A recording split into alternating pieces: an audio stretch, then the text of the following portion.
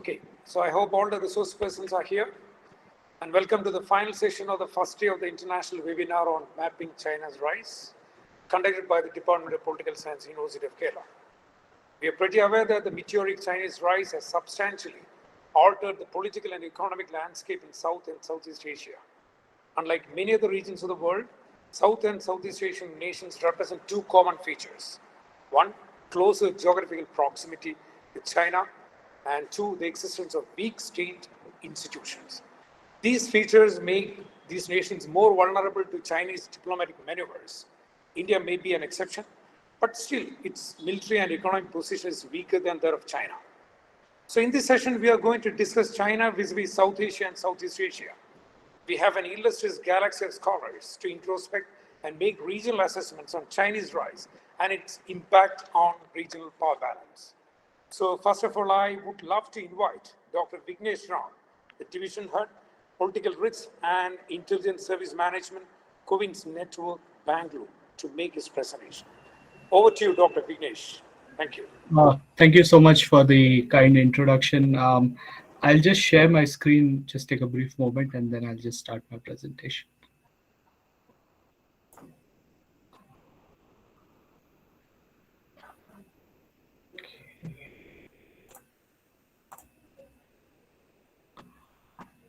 Just give me a second. I'll just share my screen. Sure, take your own time.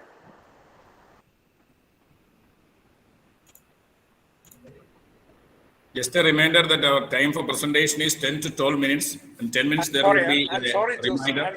I'm sorry, I forgot to mention that you're all given 10 minutes and you can take a maximum of 12 minutes. We'll be having all the presentations together, and at the end, we'll be having the question and answer session. Thank you. I'm sorry for mentioning. Okay. For not mentioning. Are you able to see my screen? Can someone confirm? Yes, we can Screen see, is but we visible. still can expand. Okay, thank you so much. Yeah.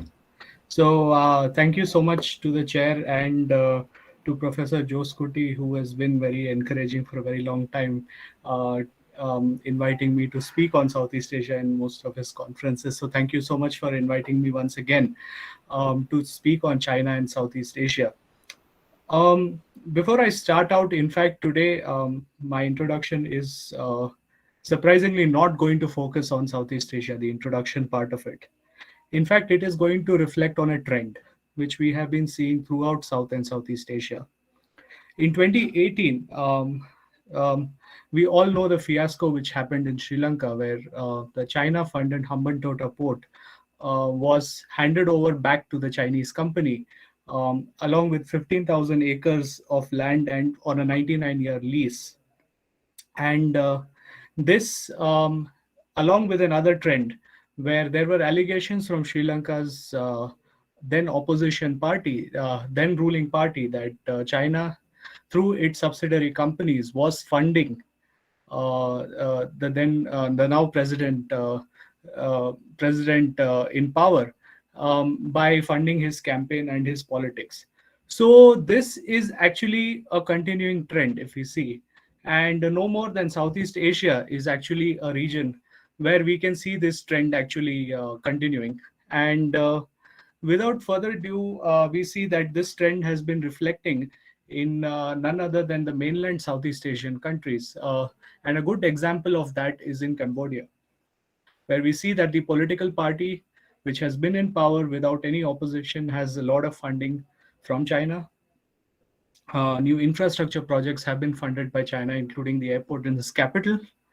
So here we see that this trend, Southeast Asia, has been witness to what's happening now in South Asia for a very long time. So in this presentation, which is going to focus on China and Southeast Asia, we will be using the following vectors for assessing China's role in Southeast Asia. First, of course, we'll be delving into the political relations and looking at the nature and scope of the political relations in this region. And then, of course, we'll be touching on the economic aspect of it, where we'll be looking at the development of the economic ties from what we term as interdependence to complete dependence in this particular region. Of course, security ties cannot be held far behind when we see that security as a term might be full encompassing, but if you look at it much more minutely, we see an anomaly where we see an dependence from interdependence on economic ties, but we see an anomaly in the security relations. And final vector which will be assessing the relations of China and Southeast Asia would be from the perspective of extra-regional relations and what impact it has on Southeast Asia's relations with China. So aptly, the conference today has been named assessing mapping China's rise. And in my opinion, the 2 decades since this debate has started in the early 2000s, where we saw that Chinese themselves have started asserting within the political space and the academic space about the rise of China. But I think 2 decades on, we have come to a point where today we are talking about a belligerent China, which has already risen and is trying to reclaim its position in the global security order. So, assessing the political aspect of the rise of China, the debate on the rise of China, we see that there has been a maturity in relations between China and Southeast Asia.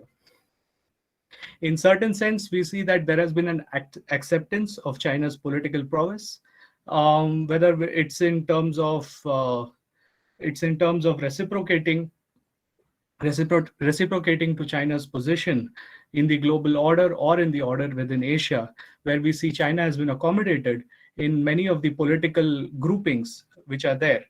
And in certain groupings, actually, China calls the shots.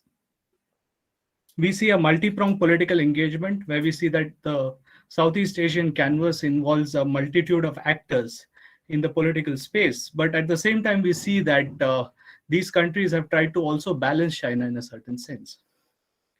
Now, if we come to the development of regional mechanisms, we see that there has always been a position in which politically these countries have tried to balance the opposing political opinions, whether it's China's political model vis-a-vis Southeast Asian countries, or is it with the capitalist mode of relations which it has with other countries, democratic, non-democratic. So if we see the canvas throughout Southeast Asia, what we note is that all the countries in the region cannot to an extent be called complete democracies.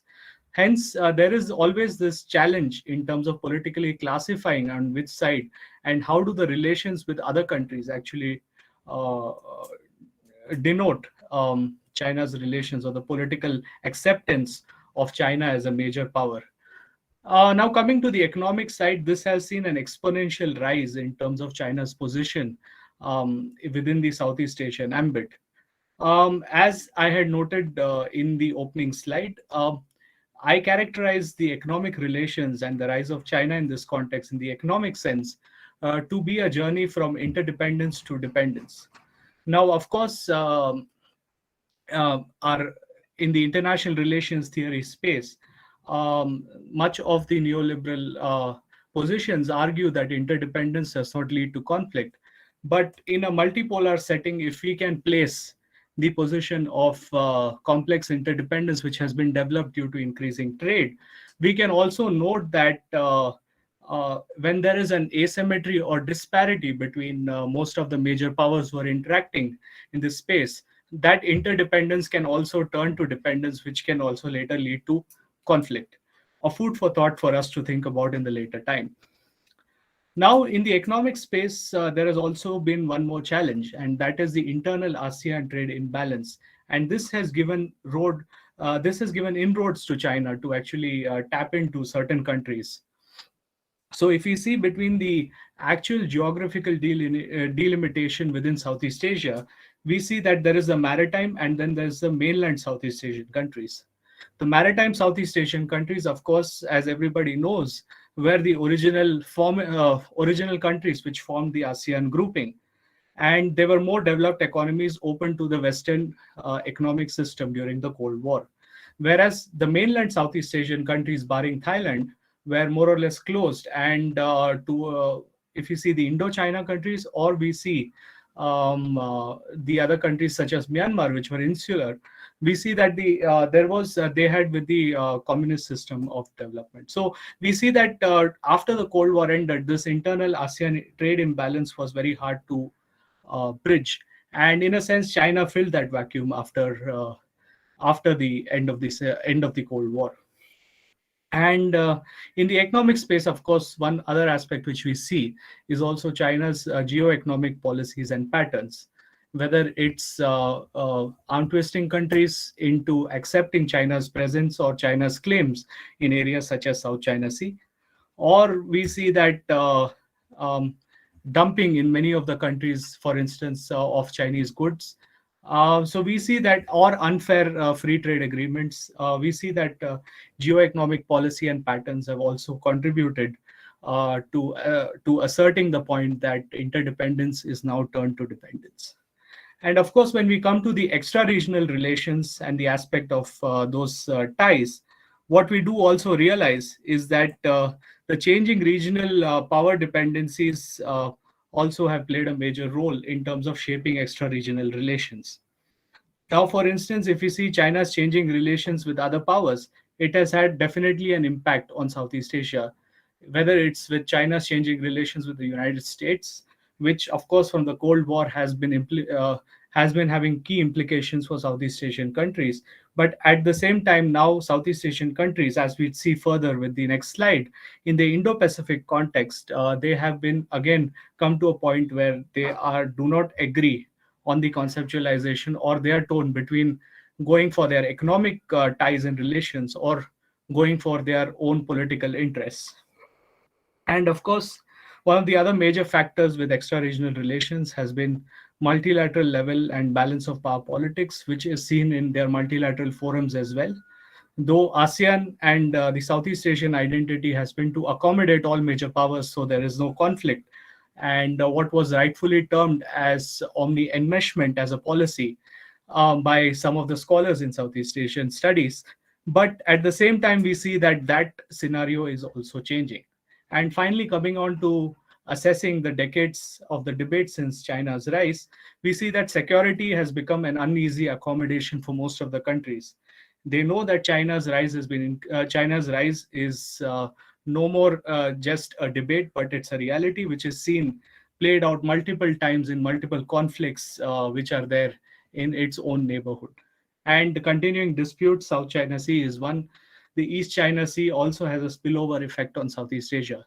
Hence, we see that countries in the region are also embroiled in some type of a naval buildup or a naval arms race, which the figures actually from most of the defense establishments can certify that Southeast Asian countries themselves are beefing up their naval capacities and capabilities.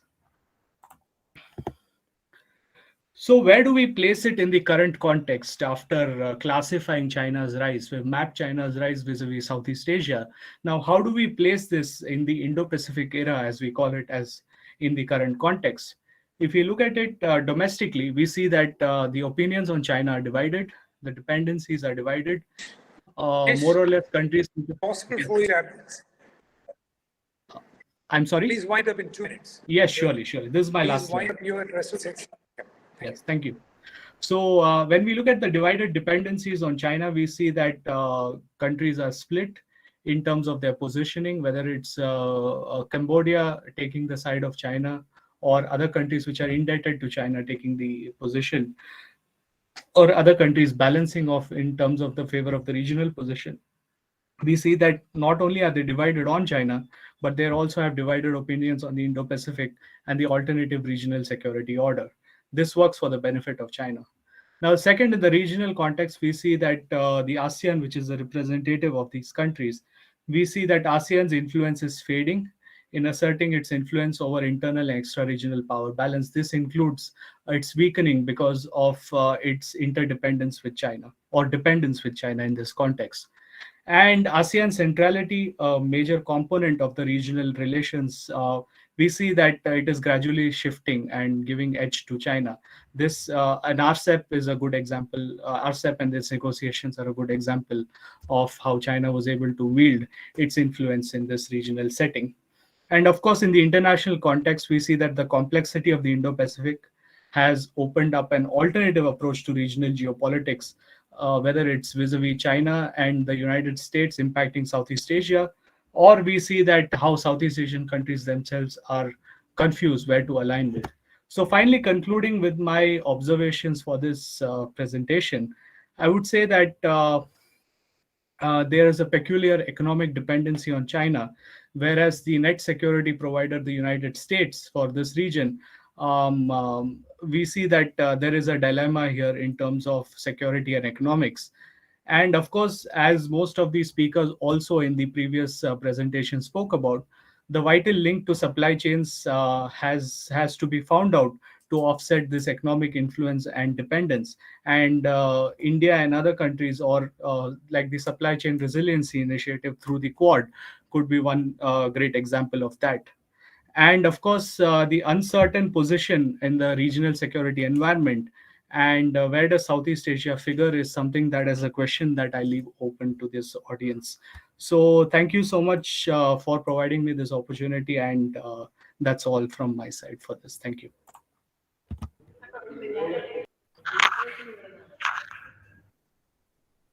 Thank you. Thank you. Thank you, Dr. Vignesh Ram, for your informative presentation. Now, I would like to invite Ashok Alex Luke, Assistant Professor of Political Science, CMS College, Kottayam. His topic of presentation is China's engagement with the Taliban 2.0 and its geostrategic interest in Afghanistan. Over to you, sir.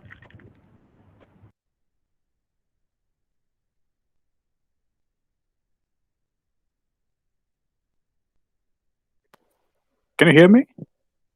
Hello? Yes, audible. Okay. Good evening, dear friends, and thank you, Josukutty sir, for this opportunity to present my thoughts on this particular topic.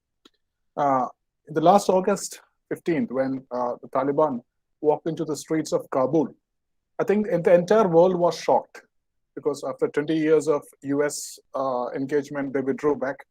So people were very much afraid to see that what will be the fate of Afghanistan. But there were only two countries who could really, without having much of a tensions or something, they were just keeping on their, having a look on what is going to happen.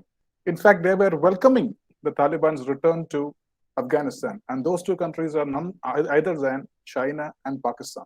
There are obvious reasons for that. For Pakistan, it is obvious because Taliban is their brainchild. The Taliban was born in Pakistan, in the madrasas of Pakistan in Peshawar.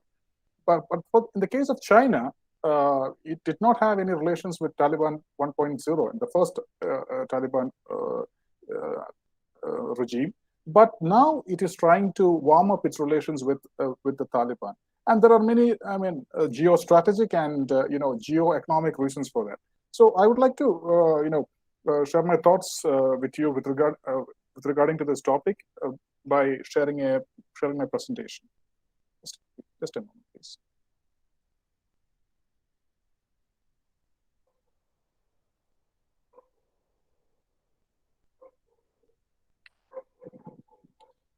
Can you see the slide?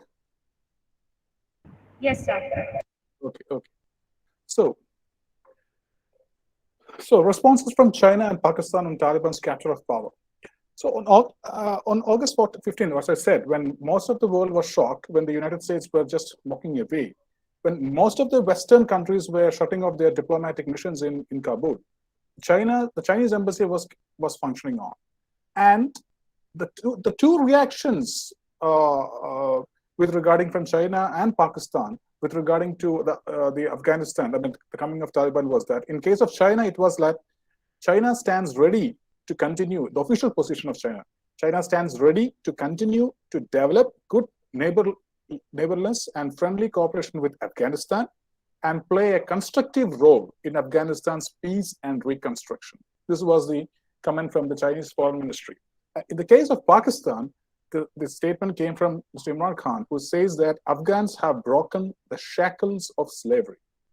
So when China says this, let us see what the Taliban was telling about China. The Taliban's spokesperson, Zabihullah Mujahid, he said in September 2021, China will be our main partner and represents a great opportunity for us because it is ready to invest in our country and support reconstruction efforts. When you look at the trajectory of China's relations with the Taliban. We could see that in the first regime of Taliban from 1996 to 2001, China did not recognize the Taliban. There were only 3 countries which recognized the Taliban. One was Saudi Arabia, the second was United Arab Emirates, UAE, and the third was Pakistan. But in spite of that, in spite of having no recognition or in spite of having no relation with the Taliban, the then Chinese ambassador to Pakistan tried to meet the Taliban Supreme Leader Mullah Omar in 2000, the year 2000. And as we know, I mean, we hear from many newspaper reports that the Taliban Supreme Leader is a person who never likes to meet, I mean, mostly people from outside, or he doesn't expose himself to the non-Muslims. But the Chinese ambassador to Pakistan at that point of time, Mr. Zhu Lin, had met this Supreme Leader. Then, China has not contributed much to the Afghan reconstruction process since 2001. Many countries have contributed, but there was not much contribution from China. But it began to engage with the Taliban from 2019 openly, and before that, secretly. And Pakistan has, a key role in the rapprochement between China and the Taliban. China has always made political neutrality and did not interfere in the internal affairs of the country in Afghanistan. So, and this is the person which I was talking about, Ambassador Zhu Lin, who met Mullah Omar in 2000, the Chinese ambassador to Pakistan. Then, China's response to the Taliban. It looks for peaceful coexistence with the Taliban to protect its economic interest in the context of vacuum left by the United States. China, though, has not contributed so much, but still it has some little contributions, and it looks to protect its interest in Afghanistan in the wake of the US exit. And when many of the countries were imposing sanctions on Afghanistan, or when the United States were withholding to give any aid to Afghanistan because the Taliban has taken over, China, along with Pakistan, was one of the few countries, who pledged some money to the Afghanistan, 31 million worth of grain, winter supplies, vaccines, and medicines. And though it did not officially recognize the Taliban government, Taliban regime in Afghanistan, it has extended legitimacy to the Taliban. And when you see this photograph, I understand that most of us have seen this picture in the newspapers in July 2021. The Taliban came to Afghanistan only in August 2021, but this negotiation between the Chinese Foreign Minister Wang Yi and the Taliban leader Mullah Abdul Ghani Bardar, it happened in China in July 2021, because during July 2021, it was almost clear that the Taliban, as soon as the US pulls out, the Taliban will take over Kabul. Therefore, much in advance, the Chinese were preparing themselves to engage with the Taliban. And there were serious discussions about this, and the outcome of this meeting between Chinese foreign minister and the Taliban leader was that Wang Yi pointed out that the Afghan Taliban is an important military political force in Afghanistan and is expected to play an important role in the country's peace.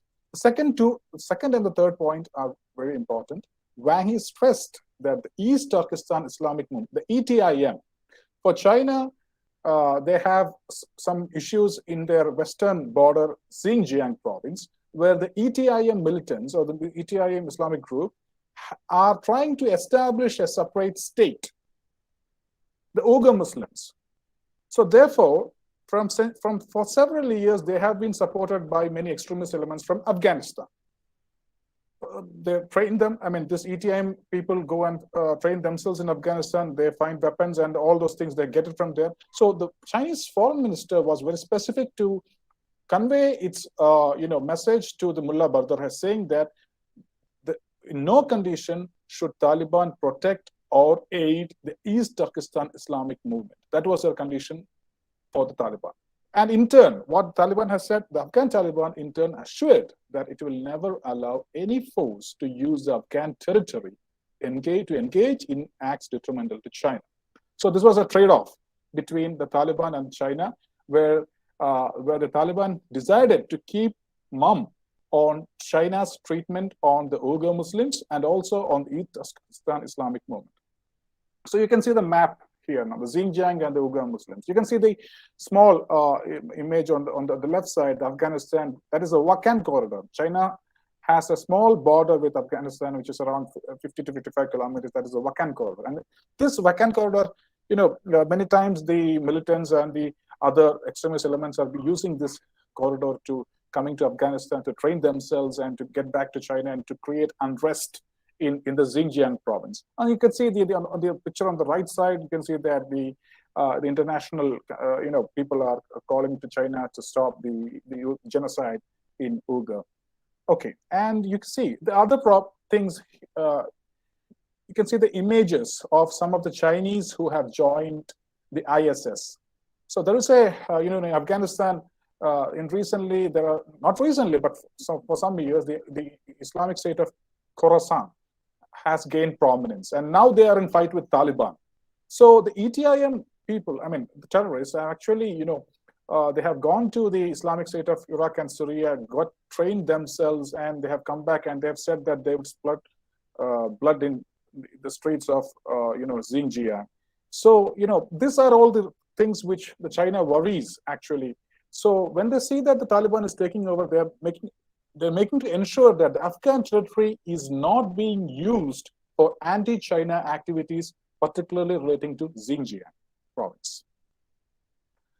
The East Turkestan Islamic Movement, the ISIS-K, and the Tehrik-i-Taliban Pakistan. ETIM has a presence in Afghanistan and has an alliance with the Islamic State of Khorasan, the Afghan faction of the ISIS. Therefore, China fears the possibility of an attack on its territory. At the same time, why it engages with the Taliban? Because in Pakistan also there is a faction of the Taliban that is called the Tehrik-i-Taliban Pakistan, operating along the Afpak border, have been involved in targeting Pakistani security forces, Chinese nationals, and Chinese projects underway through the CPEC in Pakistan. So when engaging with the Taliban, the Chinese think, or the Chinese are in the calculation that they can just talk with the Tehrik-i-Taliban Pakistan through the Taliban officials in Afghanistan, and to prevent them from attacking the Chinese officials or the Chinese investments in Pakistan, mainly the CPEC, the China-Pakistan Economic Corridor. These are the images, of the Chinese nationals who got, attacked in Pakistan recently, from the Tehrik-i-Taliban and also from the Baluch insurgents. The bus carrying the Chinese, workers being targeted, and almost 9 Chinese nationals were killed in Pakistan recently. So that is a grave concern for the Chinese, and they are negotiating with the Taliban to, stop such activities and to talk to the people who are aligned with the Taliban. Okay, then why should China align with the Taliban? The key interest is now, I have spoken to you, but still I'm just telling you. Key interest is to check the Islamic militants' push towards Xinjiang in northwest China, where Uyghur fighters could develop and strengthen their ties to ISIS or Al-Qaeda in Afghanistan. For that purpose, the Taliban could be a promising security guarantee against attack on Chinese territory, its citizens, and its investments. The second point, the geo-economic factor. Afghanistan is home to a vast natural resource of rare earth materials, to copper deposits, iron ore, gold, lithium, which is estimated to be between, the worth of these minerals is estimated to be between 1 trillion to 3 trillion. These materials could be used in many ways for China, for the rechargeable batteries, electric cars, computers, televisions, fiber optics, etc. And we know that China is in the process of developing the renewable energy. For the renewable energy, you can have the electric cars also. So these materials, which is estimated to be 1 trillion to 3 trillion, are being, they are on the verge of exploiting it. For that, they need to have a good relations with whoever governs Kabul, whether it is the Taliban or and Afghanistan serves as a gateway to many parts of Asia. Afghanistan's value as a passage for commerce and transit. Its potential to link the markets of South Asia, Central Asia, West Asia, and extending the CPEC to Afghanistan also. There have been some negotiations going on with the Taliban to extend the China-Pakistan economic corridor to Afghanistan. Beijing fears that if it does not engage with the Taliban, the Taliban may re-engage in narcotics trafficking to fund its government. So, that the biggest opium producer in the world is Afghanistan. So, and they need funds to run the country. And if the Chinese do not engage with Afghanistan, they may find some other, measures to get the revenue by engaging in the narcotic trafficking and all other sorts of evils. As we know, there is a competition between, just before the presentation we heard, there is a competition between Beijing and Washington. Therefore, Beijing decided that it is no longer going to follow, the Washington's way of settling the dispute, but it is going to have a different path. This is about its geo-economic interest, and you can see in 2007, the Chinese companies have had an agreement to explore the copper mines in Afghanistan. The CNPC, the Chinese National Petroleum Company, won the contract to explore the oil field in Afghanistan and started production in 2012. And now they are trying to since the takeover of the Kabul, they're trying to develop the Peshawar-Kabul motor highway for the enlargement of the CPEC. So, okay. So just to conclude, I would say that the China-Pakistan relations have been well utilized to reach out to the Taliban to make sure that the Chinese interest in Afghanistan are protected. We hear about the Haqqani network. We hear about the Pakistan army. So through all these measures, they have been dealing with the Taliban to protect, to make sure that the Chinese interest in Afghanistan are untouched. Similarly, Taliban is likely to refrain themselves from extending solidarity to the Uyghur Muslims of Xinjiang, unlike the ISIS. Now, as I said, the ISIS and the Taliban are at loggerheads with each other. The ISIS is accusing Taliban that you have been doing a trade-off for some. Sure. Could you please wind it up in 1 minute? Please wind it up.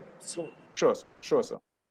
So, because of the help or because of the offer that the Chinese are going to make to the Taliban is not likely to extend its Muslim solidarity to the Uyghur Muslims of Xinjiang. They may extend the Muslim solidarity to many parts of other countries, because in India we fear that the Taliban's return to Afghanistan will have implications on Kashmir, having the Muslim solidarity. But in the case of Taliban, it is not likely to talk much about the Uyghur Muslims because of its dealings with China. Now, many countries have many things to lose. And what about India? India is now sidelined in the future of Afghanistan. We don't know what will happen. Our investments are there, but still affecting its free access to Central Asia through the Afghan corridor. We may have access to Central Asia through Iran, but through Afghanistan, we have lost. But it will not be an easy task for China to carry out its project smoothly, given the internal risks emanating from the so-called conflict between the ISIS and the Taliban. Although the Taliban had reiterated its firm commitment to protect Chinese interests, things will not be very easy for China to invest in Afghanistan as of now. So still things are not settled right now. We don't know whether China will heavily or if you invest in it. It will watch. It will take some time. It is ready to engage, but I don't think that China is going to invest massively in Afghanistan. So coming to the last point, China, as a new great power in competition with the United States, probably wants to demonstrate its unique way of handling world events, which is opposite to Washington's approach. Thank you. Thank you very much. Thank you, Ashok, for the presentation. And I request the next Josukutty to make the presentation. And I just want to tell you that please restrict the presentation to 10 minutes. We want to finish it in time. So I request all the resource persons to restrict their presentation to 10 minutes. Thank you. Thank you, Chair. Fellow panelists, colleagues, friends. So I'm talking on China's growing presence in South Asia. So what I argue in this paper is that the Chinese are adopting multiple strategies to achieve its objectives in South Asia. In Central Asia, China's central objective in South Asia is to effect a favorable balance of power to serve its economic and military and strategic objective and great power ambitions in the region.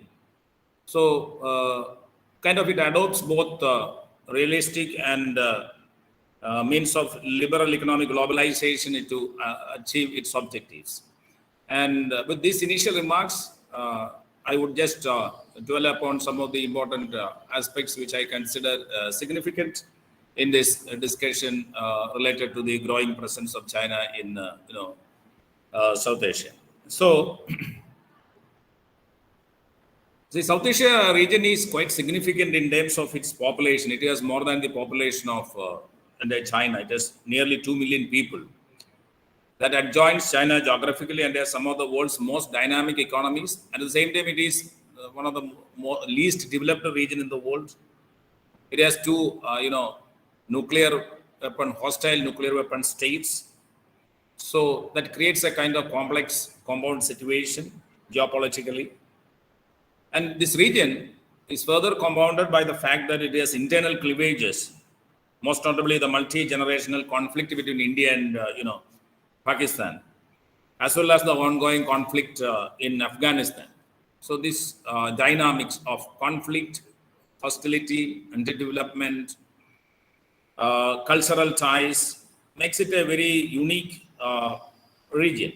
So the disputous borders, particularly, especially between India and China, as the events unraveled in the recent times in the Galwan Valley and in the entire border, is a kind of situation that makes South Asia quite significant in Chinese perception. And similarly, you have some perennial disputes, so which it seems is unmanageable in the context or is not likely to be resolved in the near future. The kind of escalatory violence in Indo-Pak border, the kind of situation unraveling in Afghanistan, all these points to a very complex situation. So in short, it is a region. South Asia is a region struggling with violent conflict, nuclear armored kind of brinkmanship, extensive human development and challenges, and potentially crippling exposure to the ravages of climate change. So these are some of the issues, and at the same time, it has untapped potential for economic growth. There is an untapped market where most of the competing economies, particularly China, is very much interested.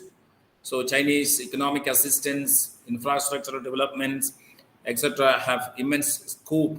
So it's a fertile ground for Chinese influence. So that way, South Asia is quite significant. And South Asia is quite significant in India-China bilateral relations as well. So if you take any region in relation between India and China, South Asia is the most significant as far as India is concerned for many reasons.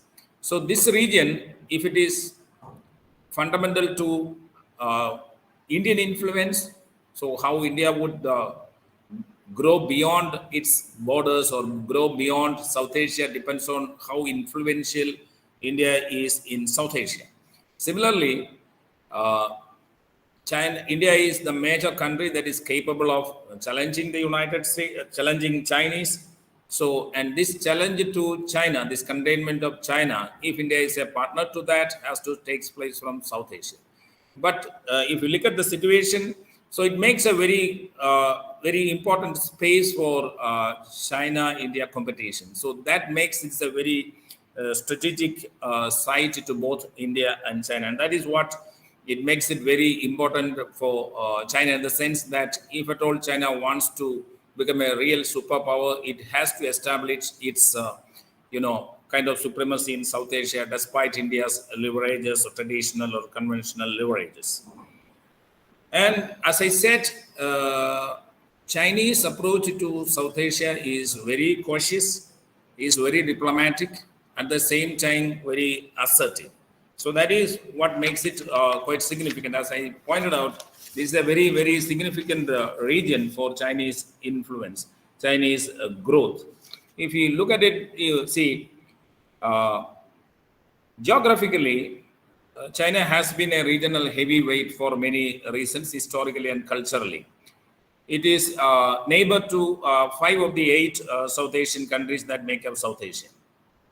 Apart from the historical and cultural linkages, China's linkage in the region has been defined by its alliance with Pakistan and periodic border clashes with India and kind of somewhat agreeable economic relationship.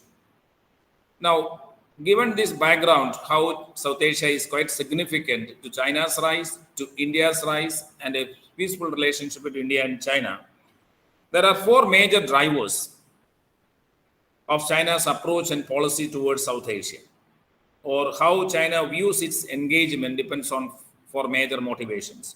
One is, the first one is security, stability, and development of China's peripheral regions. particularly southwest region, which includes Yunnan, Tibet, and Xinjiang. These regions are landlocked, and therefore connectivity through South Asia is very important for a growing China, particularly for its economic engagement and a regional outlet to Indian Ocean. And also, this region is quite significant for China's global market. And the second motivating factor is, see, maintaining the growth trajectory of China by economic engagement. This region is quite crucial. As I already pointed out, it has a population close to 2 billion. It has a huge potential, huge prospects for investment and market, which the Chinese are specialists to a great extent. And therefore, China has great stake in South Asia. So to a great extent, South Asia is kind of fundamental to China's future growth and development. And third motivating factor is, resolving the Malacca dilemma by seeking alternative access to sea and consolidating China's presence in the Bay of Bengal and the wider Indian Ocean. You see, 80% of China's trade, especially energy trade, passes through the Indian Ocean. So if something happens in the Indian Ocean, so they have to have alternative route through various projects such as the Gwadar port in Pakistan or the Kawkyu in Myanmar, and is proposing to build so many other projects so that it is connected to the larger Indian Ocean and so on. So they have a network of projects connecting these countries to address the Malacca dilemma. And of these, the most significant one is the much discussed CPEC. And the fourth driving factor is the Chinese have a great objective in containing the potential of the adversarial use of South Asia by competing powers. South Asia, as like most other regions in the world, has been contesting space for the big powers during the Cold War, though it was between between United States and USSR. So today it is between China and the US in South Asia. China wants to counter the possibility of US using Asian countries in containing China to neutralize the anti-China thrust of the US influence in other countries of the region. China is closely monitoring, the kind of strategic proximity between India and the US through Quad and so many other arrangements like joint military exercises and so on. So China wants to neutralize South Asia as a region where there are no other big power alliances developing to contain China. So the realization of these objectives is quite significant to China in Asia and beyond. So China has adopted a kind of geostrategic approach in this region. So accordingly, they have suggested that many Chinese scholars have pointed out that there has been a rise in China's profile in South Asia. It is no surprise that the Chinese experts have used terms such as a new springtime in China and South Asia. It is China's springtime in South Asia, or they call it a rediscovery of strategic status of South Asia and most relevant region with regard to the rise of China. So South Asia is quite significant to the rise of China. And therefore, they are trying to have a kind of growing presence in the region by networking with these countries at multiple levels. And these networking and policies and means include primarily economic engagement, military balancing, grants in aid, developmental assistance, and the new multi-regional connectivity projects like the Belt and Road Initiative. These are the key components of China's policy and presence in South Asia. And we all have discussed much how China have networked quite effectively with these countries, with almost all the countries in the region.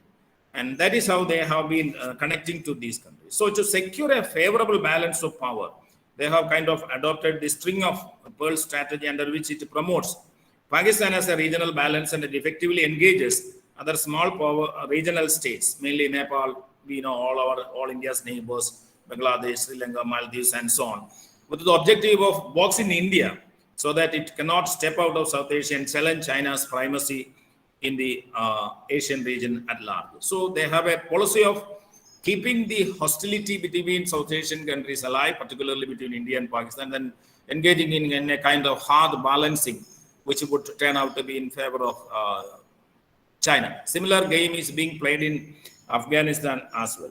So they have gone for military engagement. They have gone for economic engagement. I do not want to describe all the mega projects, CPEC or the port building or rail networks to Kathmandu through the Himalayas and so on. I do not want to explain all this because we have a long list of projects that the Chinese have evolved for South Asia under the Belt and Road scheme and otherwise. Also, they have come up with grants in aid, financial assistance, and so on. So they have a great scheme for their soft power dissemination in South Asian countries. So through all these schemes, they have been trying to be very friendly. They have been trying to attract these countries. China have been trying to make these countries to do in an attractive manner what they want them to do without kind of not engaging in very kind of coercive measures. So this is what China have been this policy.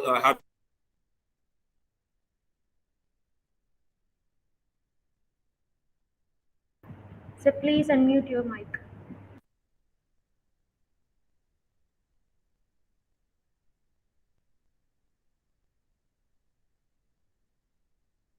Sorry, I think I have been muted accidentally. Anyway, so I would conclude by saying that the Chinese have been playing different strategies, and from a theoretical perspective, they have, on the one side, they play realist schemes and policies, and the other, they have been using the liberal economic engagement and globalization to engage these countries economically. They have been very successfully using their soft power potential. And almost all these policies have dual purposes, like the port in Hambantota or at Godar in Karachi. All these have been quite useful for China for their dual purpose of strategic and military goals, as well as in terms of promoting their economic engagement.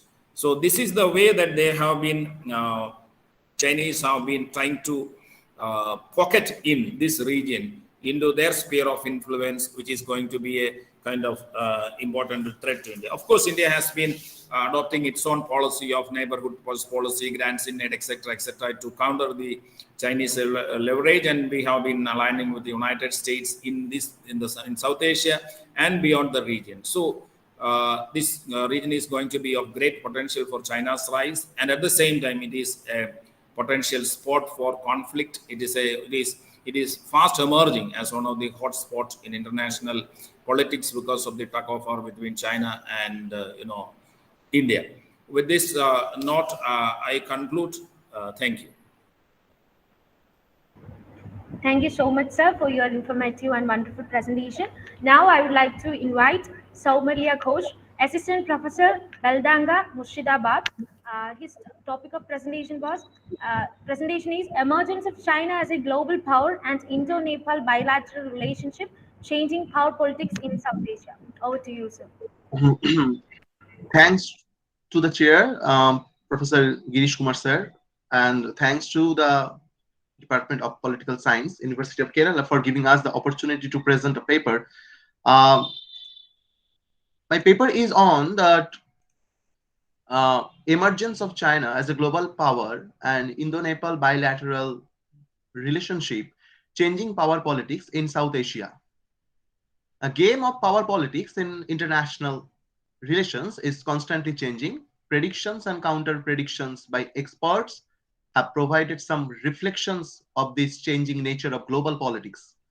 US hegemony in the aftermath of breakdown of USSR, as expected by the expert, is declining with the sharp rise of People's Republic of China, which is constantly challenging the leadership role of the USA.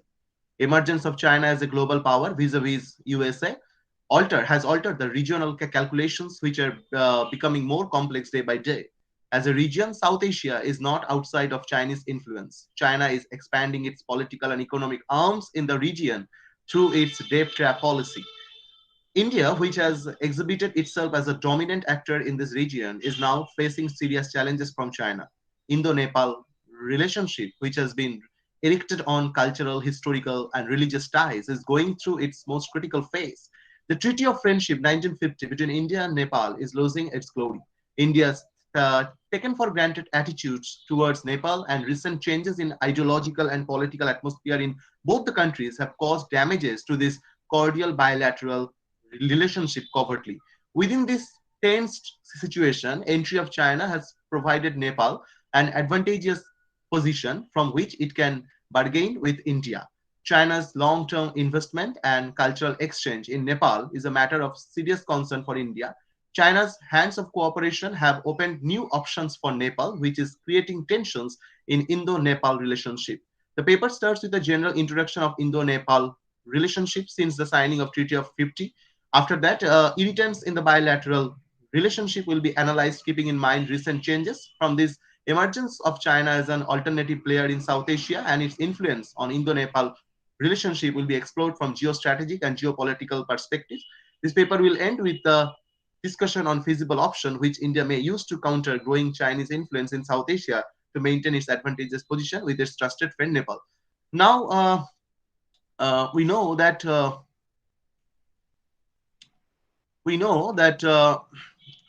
in the 21st century, the world is undergoing a critical transformation with nation states facing serious political and socio-economic crisis.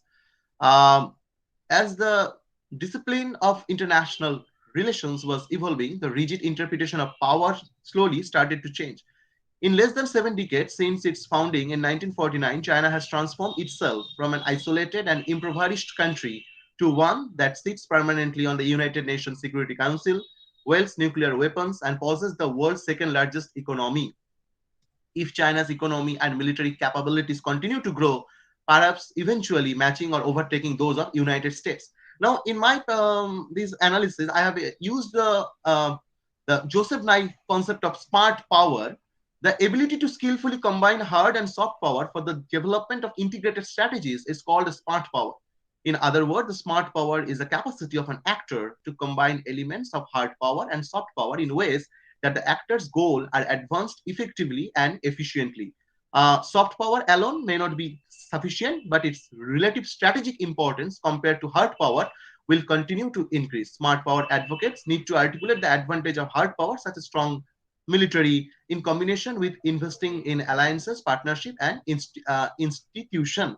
So naturally, this concept has been devised in the context to analyze the American policy, but we can use this concept particularly in measuring the Chinese in the increase of China.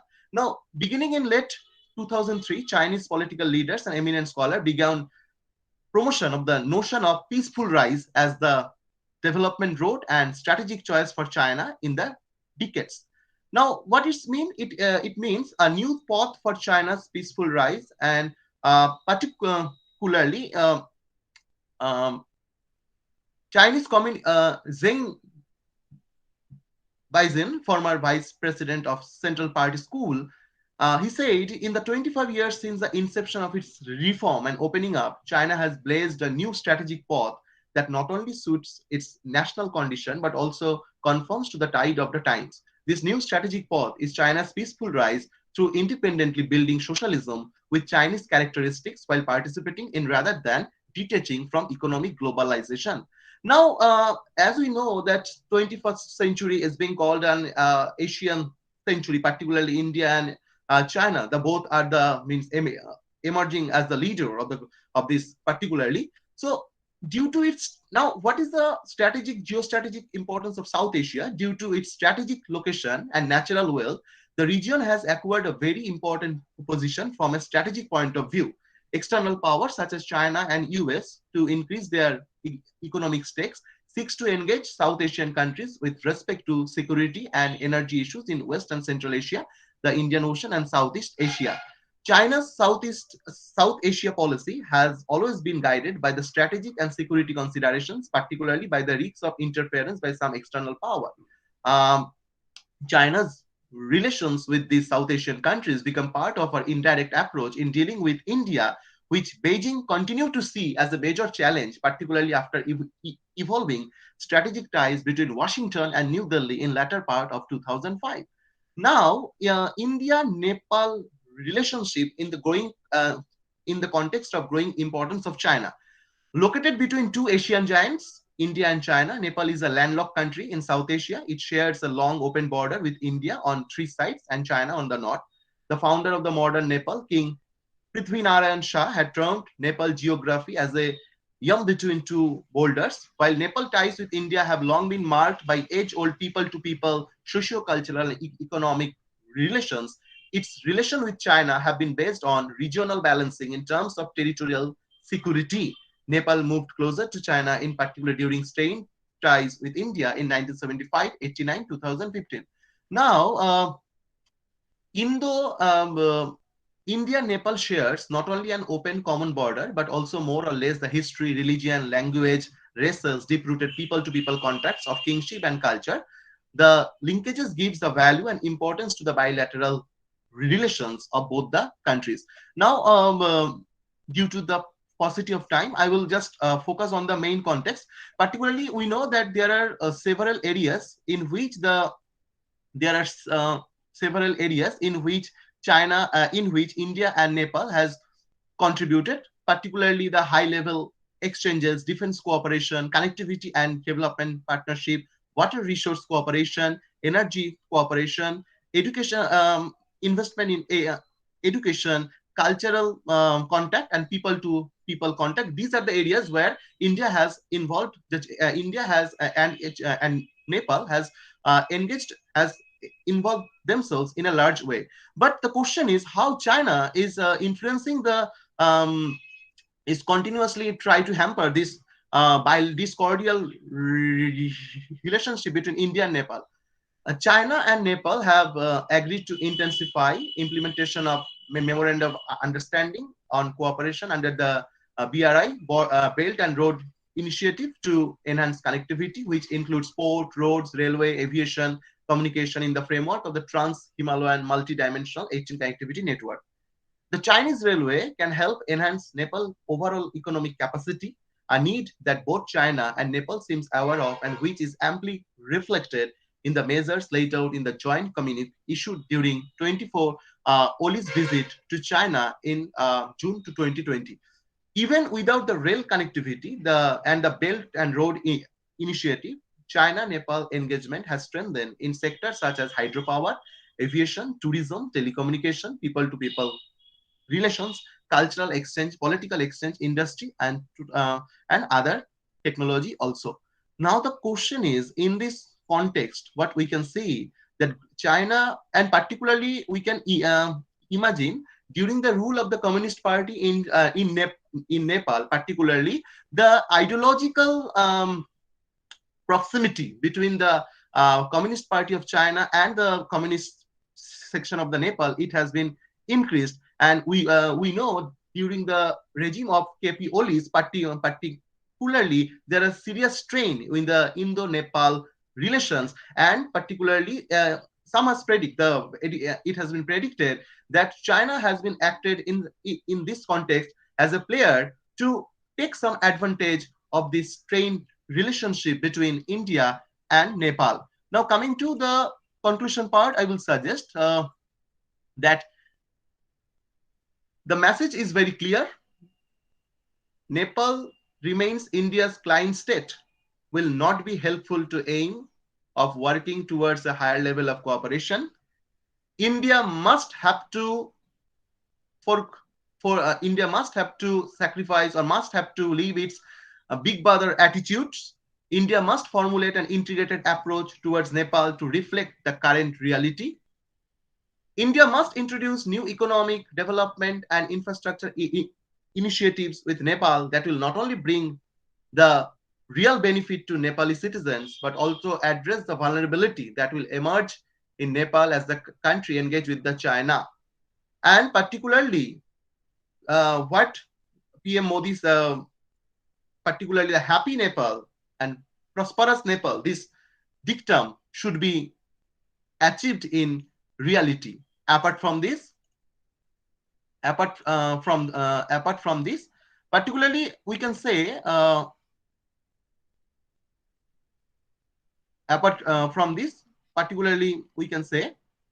that India should commit itself to complete infrastructure project without delay.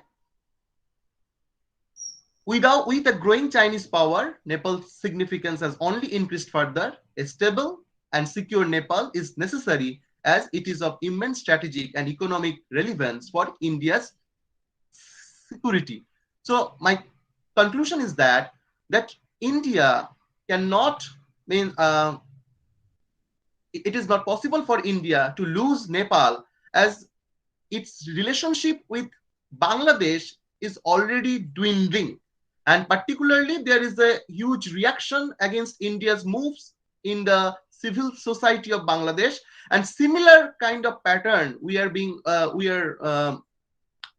noticing in the context of Nepal also, because Nepal civil society, particularly people-to-people contact, they have a kind of negative impact regarding India and attitude against India, and India need to get back this trust deficit, which is one of the major areas of where India needs to give India needs to give Nepal the special position and particularly give some preferential treatment. Otherwise, these are not means so far when China will capture one by one its trusted partners, and growing China's influence in South Asia is really a matter of concern for India, because still now India has projected itself as the dominant actor in South Asia, but slowly, but with the steadily,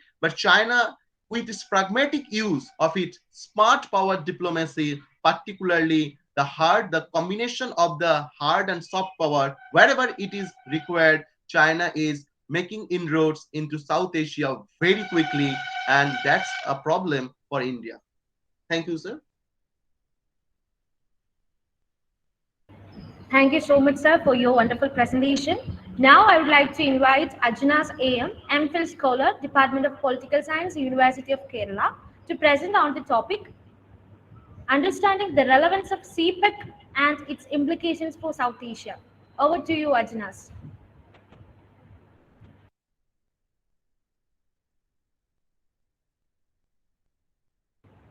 Okay, seems like the presenter is not available in this meeting. So moving on to the next presentation, I would like to invite Ammu S. Anil, Research Scholar, Department of Political Science, University of Kerala, to present on the topic, Tibet, a key factor in India-China relations. Over to you, Ammu S. Anil. Thank you. Thank you, Feba. Good evening, one and all, respected chair and panel members, teachers, and my dear friends. I'm so grateful to Dr. Josukutty CA, my mentor and guide, for this great opportunity. And this is my first paper presentation. I'm a bit nervous, but still, let me share my screen. Okay.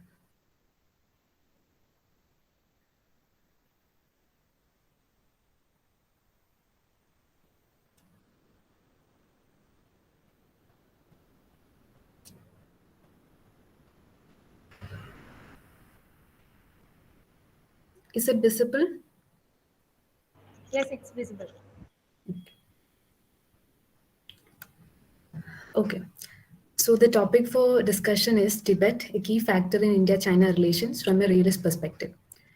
So as we know, Tibet, it is like a buffer state between India and China. Ever since 1950s, we know Tibet was an independent nation, and later China occupied Tibet. In this presentation, the objectives will be why Tibet is crucial for China's rise and how it hampers India-China relations. And then we will be looking upon the Chinese colonialism in Tibet, then the challenges before India and the way forward. In the paper also I mentioned why Tibet is a great concern for China, especially in the rise of China. You can see two maps, earlier China and also today's China. Till 1919, it was not this one China. It was comprised of Tibet, then Uyghur, East Turkestan, then Southern Mongolia, Manchuria, and China. But now China became a bit artificial, turning into an aggressive expansionist mode where it comprises the one China, as we see today. Then in the demographic colonialism or the demographic transfer of Han population into Tibet and other surrounding areas, we can see that China occupied an area of around 64%, and then the population of occupied countries is now just 2.1%. It is very low, and more number of people are from Chinese. And why Tibet is essential for China's rise is because of the resources. Even Chinese refer Tibet as Xizang, that means Western treasure house. It is a treasure house of all kinds of resources, be it forest wealth, then mineral resources, then water resources. All these comes from Tibet. So that's why Tibet is an important component in China's rise. Then we always attribute colonialism to Britain and other imperial powers, but what Tibet in Tibet is also happening is kind of a colonialism by China. You can see India as well as China, and Tibet lies between this. But till 1951, Tibet was a sovereign country like us. It had its own flag, then its own stamp, and all other means, coin, everything. But till 1951, you can see this map where Tibet comprised of Yusang, Amdo, Kham province. You can also see the Xinjiang province. So this was Tibet until 1951.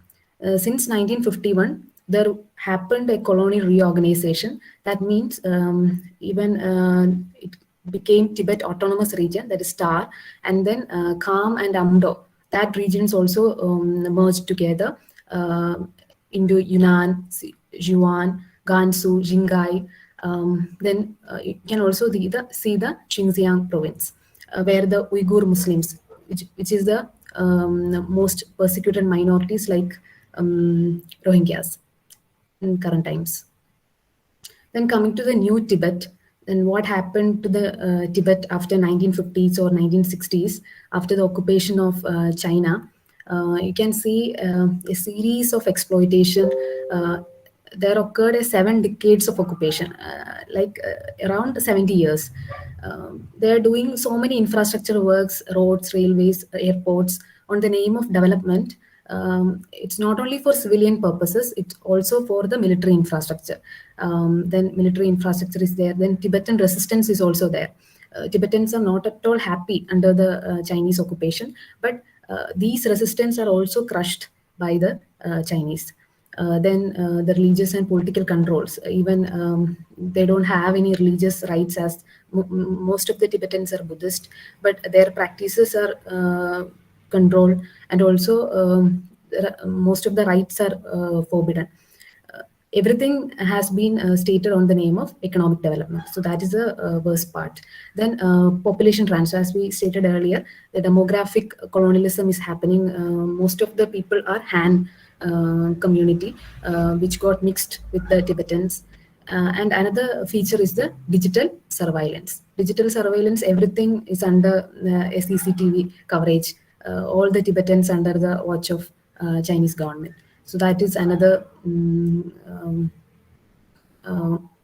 bad phase of Chinese occupation in Tibet. Then, as we said earlier, the military installations. The military infrastructure is, we can see it as roads, railways, and airports, but it is also for the surveillance of other neighboring states like Nepal, Bhutan, India. Even in TAR region, the roads are mostly 58,000 kilometers only in this TAR region. Then there are radar stations and optical fiber links to connect these people together in the name of development. But it has military purpose also. Then you can see in the map the Chinese road network connecting the Shanghai-Tibet highway, and that also coincides with the Sino-Nepal Friendship Highway. All these were interlinked, but it has greater geopolitical ambitions of China involved in it, which we also know that. Then there are so many rail and road network connecting Tibet, then even to India. The recent bullet train from Lhasa to Ladakh is also under construction. So these are the construction happening in Tibet by China. Then demographic colonialism in the Kham province in Litang. Mostly you can't see Tibetans. it's mostly strangers from Han community. So you can see strangers in their own home from another part. So that is a thing happening in Tibet at this moment. And Chinese handicrafts is also being served to Tibetans. Then most people migrate from Himalayas are also residing in Tibet.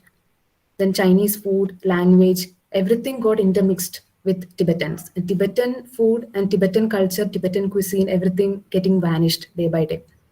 Then digital colonialism is also happening. Everything like in Jokang temple in Tibet, where most of the surveillance is done by Chinese soldiers.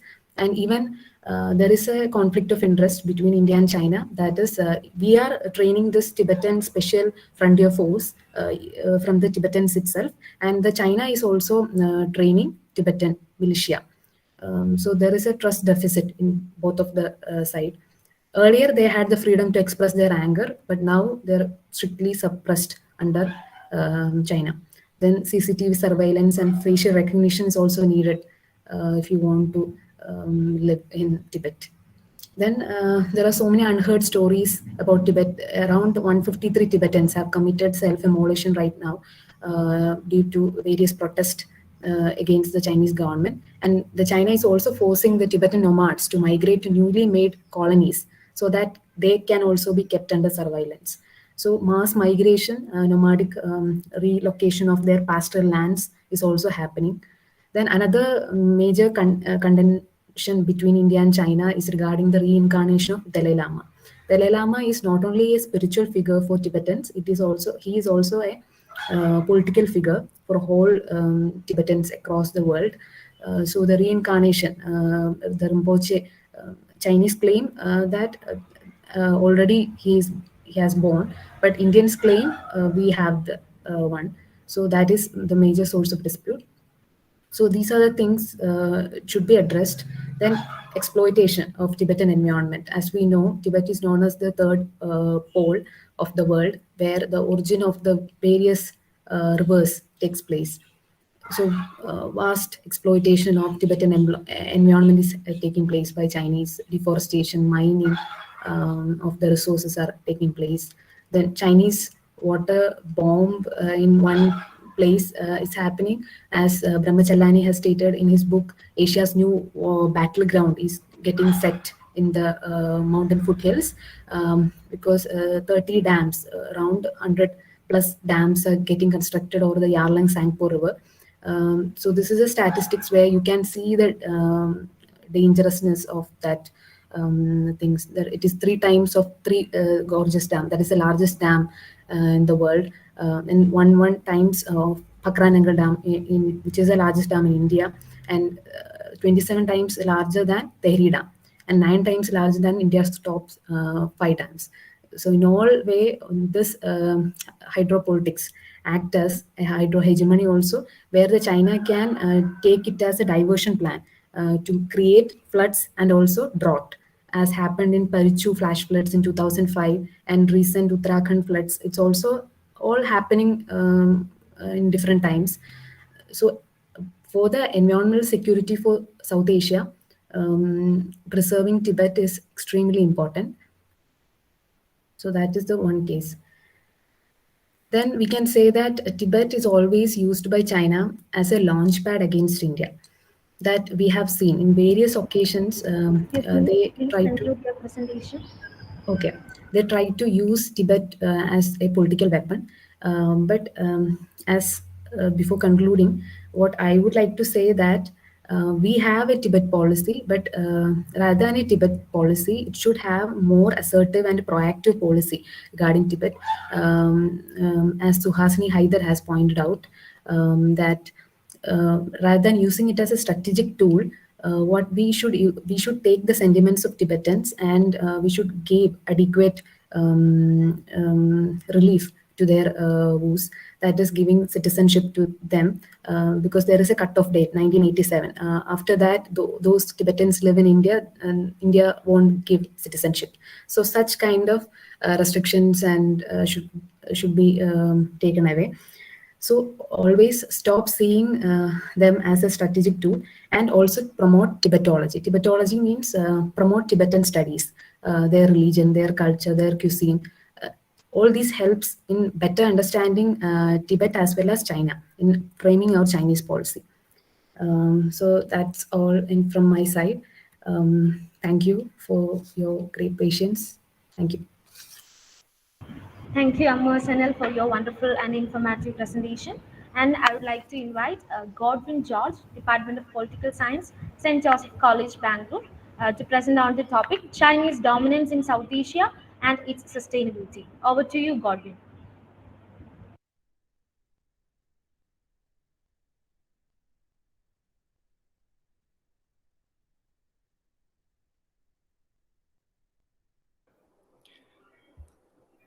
Good afternoon to all. My name is Godwin George, and I'm a research scholar pursuing post-graduation in the Department of Political Science at St. Joseph's College, Bangalore. My topic for the presentation is Chinese dominance in South Asia and its sustainability.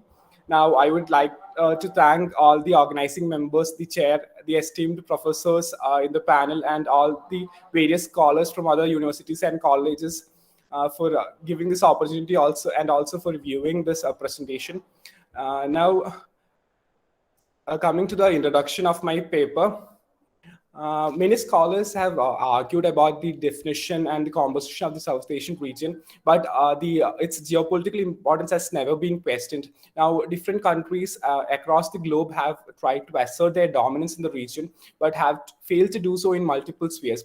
I think this is mainly because of the economic, political, ethnic, religious diversity of the region, which makes it difficult for a single model of investment or development. So one model of investment or development will not suffice for all the countries. But in the last decade or so, China, with its strategic investment and development politics, has been able to dominate the region. Now, the China's influence has not been limited to the neighborhood or the South Asian region, but has gone beyond borders and continents. Now, there is a conflict and hostility persisting in the South Asian region. Now, this cannot be at present understood using a dyadic view, that is neither through an Indo-Pak lens nor through a Sino-Indo lens. The view is not only incomplete, but also lacks to give importance to the triangular interaction between the three countries and their relationship with each other.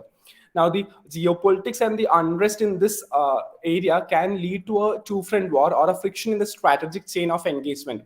That includes other countries like United States of America, along with the triangle countries. This brings about other countries into the mix as well.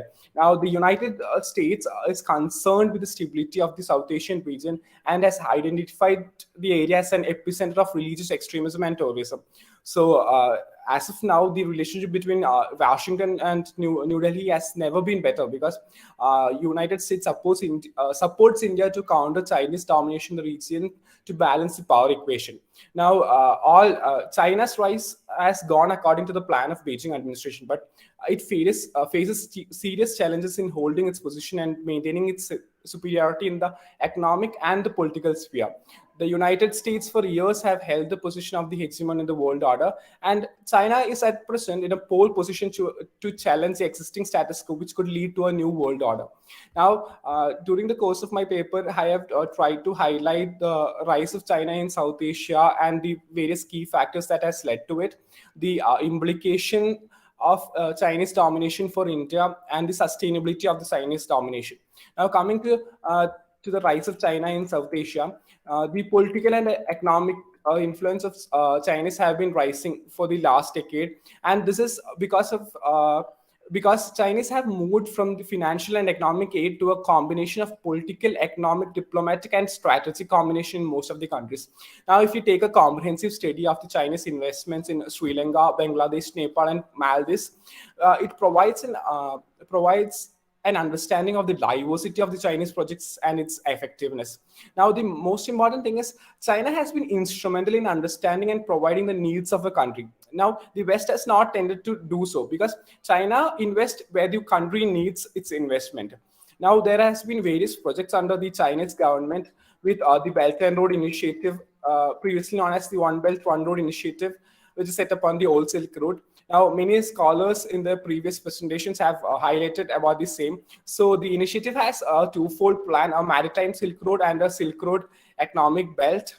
Now, what we have to understand is the magnanimity and magnitude of the BRI. Now, so far, China has signed agreements with almost 60 countries, and the number is growing day by day. Now, the initiative is so huge that almost 60% of the world population in 3 different continents have been covered, with an estimate amount of $4 to $8 trillion being spent. Now, that is a huge number. Now, the China-Pakistan Economic Corridor, which comes under the rubric of the BRI, is also there. Now, some scholars have even compared the plan, that is the CPEC, to the post-Second World War Marshall Plan for the rehabilitation of the affected European countries. Now, the corridors is also effectively used by the Chinese government to showcase the attractiveness of the country as a strategic partner, and the Chinese model of development can be used in other countries too. Now, the Chinese model of development have been argued by the Western countries to be not effective in other countries. Now, China is saying that it can be effective. Now, other organizations like the Asian Infrastructure Investment Bank, that is the AIIB, and the Shanghai Cooperation Organization, that is the SCO, also have been effectively used by the Chinese. Now, the scholars see the AIB as a challenge to the World Bank and the International Monetary Fund, with its growing number of member countries and its influence across the globe. Many European nations have also started to join the AIB because they have always questioned the voting pattern that existed in the Bretton Woods institutions. Now, the Shanghai Cooperation Organization have also attained importance in the Central Asian and the South Asian region, especially with the addition of Pakistan and India in 2017. Now, China has been effectively using all these organizations, various other tools and policies, along with its soft power, to increase its domination in the region, extending beyond the limits of BRI. Now, the smaller countries in the region cannot afford to have an enemy like China. China in its neighborhood, and hence are open to multilateral agreements. Now, even if it leads to a debt trap, they think it's a better choice to have a multilateral agreement or a bilateral agreement with the Chinese. Now, another reason for the rise of China in the region is because they were able to establish a political homogeneity in the vast territory of China under the communist government. So this has also helped them to become an economic power in the global sphere. Now, the second chapter revolves around the implication of the Chinese domination for India. Now, since getting independence in 1947, India has been a dominant power as well as a reliable ally in the South Asian region. But the recent rise of China has caused many problems for India. This, coupled along with the skirmishes at the LAC and bullets being fired for the first time in the 45 years, has led New Delhi to take multiple decisions to counter the Chinese influence, with most of them being a stronger relationship with the United States. Now, I think misperception and expectation from each other have caused a crack in relation between the two countries. Now, according to New Delhi, China, with its policies and agreements, is trying to undermine India's interest, and New Delhi has always viewed them through a skeptical lens. Now, India's main concern includes the challenges to India's traditional influence in the South Asian region, as well as in the Indian Ocean region. Now, it also is concerned about the sovereignty of our Jammu and Kashmir. And there are developments happening in the Pakistan-occupied Kashmir under the CPEC and the BRI initiative, and this has been heavily criticized by India. So the BRI and the CPEC have deepened the China-Pakistan relations. Now, India have had skirmishes along the LAC and LOC. Now, being in a neighborhood with nuclear power nations, a war will essentially lead to a mutually assured destruction, which is unlikely even if a war takes place. But an heightened relationship between Islamabad and Beijing can mean that for India, a single front war can lead to a double front war. Now, the strategic chain of engagements and influence of other powers like United States can even lead to such a war to a full-fledged war. So that is a main cause of worry for the Indians. Now, Indian scholars at different university also argues that the Chinese have failed to reciprocate the goodwill and actions of the Indians. Now, India was one of the prime members who supported the permanent membership of China in the United Nations Security Council. But the same cannot be said about China, because India's move to a permanent seat in United Nations Security Council have been denied by China. And also because of its relationship with Pakistan, China have many times vetoed several efforts of India at the United Nations, especially with listing of the Jaish-e-Mohammed chief Masood Azhar as a global terrorist. They vetoed it several times before finally removing its objections in 2019. Now, there is also a theory called a string of pearl theory that predicts that China is trying to establish a string of naval bases in the Indian Ocean. Now, this again can lead to conflict between the two countries, and that is also a major worry for India. Now, the trade relations between the two countries are setting new records, but the relationship between each other is on a downhill path. Now, for China to be a hegemonic and a dominant power in the world order, it has to first assert its influence in its neighborhood, the South Asian region. Now, India's strong ties with the US will also mean that there will be a conflict between the two countries. Now, all this, that is the rise of China in South Asia and the implications for India, have been talked about by other scholars in this presentation, as well as in many articles across the internet. But I think that what has to be spoken more is about the sustainability of the Chinese domination in South Asia.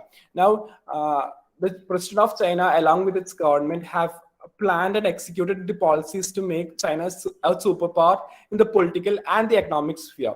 The investment policies, coupled along with the BRI, have set them upon the right track.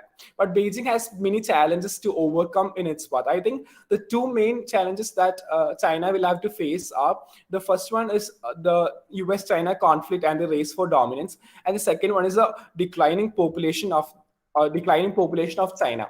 Now, the diplomatic, economic, and the security policies of both the countries, that is United States and China, have been colored by suspicion and antagonism. Now, the trade war between the two countries was the highlight of the Trump administration, with bans and tariffs. Now, US have also for years questioned the unfair trade practice of the Chinese government, while in China there is a growing perception that the United States is trying to curb its rise as a superpower. Now, recently, United States have also been blaming and challenging the Chinese on various issues. That is, for example, the threat against Taiwan, the Uyghur genocide, the Chinese cyber warfare, and the treatment of Hong Kong is a few of them.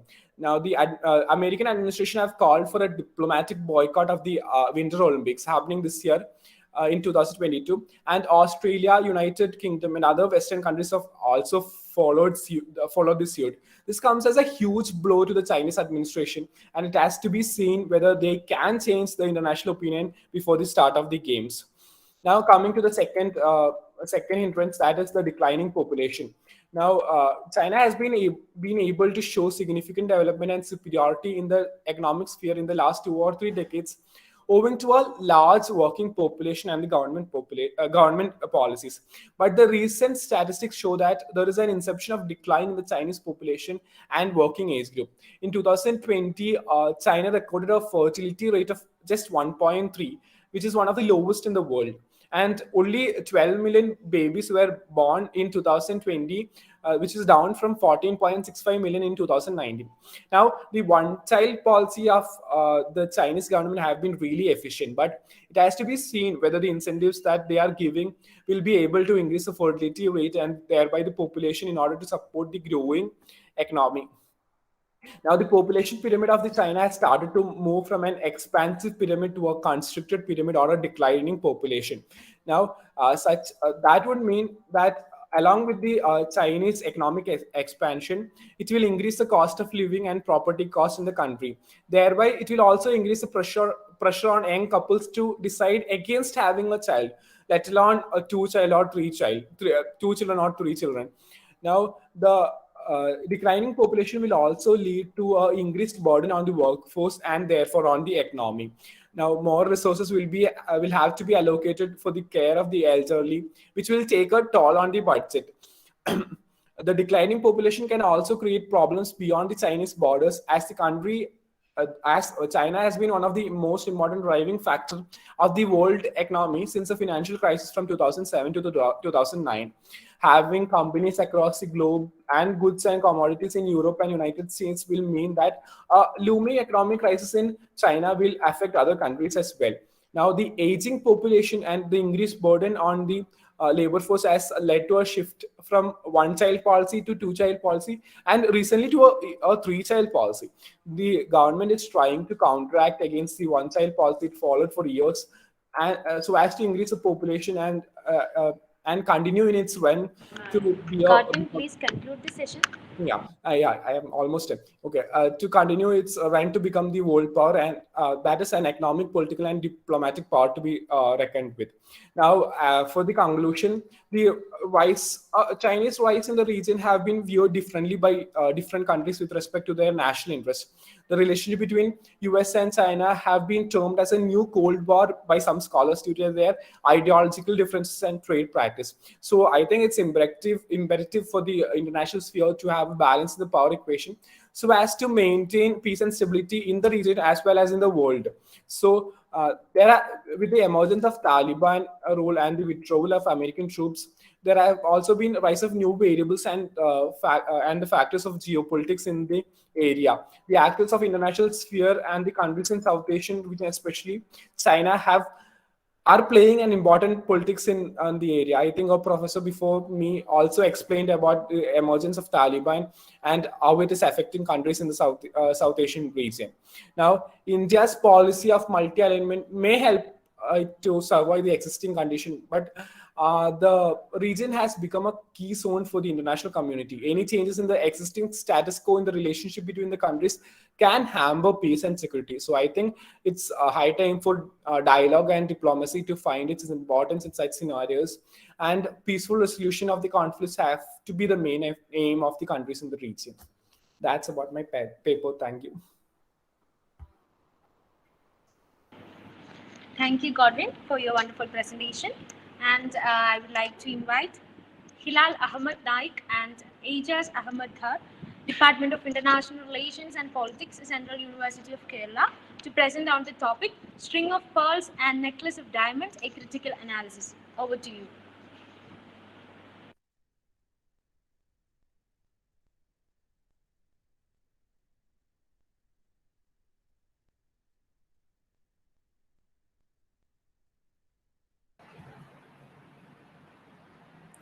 Thank you, ma'am. A respected chair, a respected professors, assistant professors, and scholars. It is a pleasure to me having this knowledgeable platform.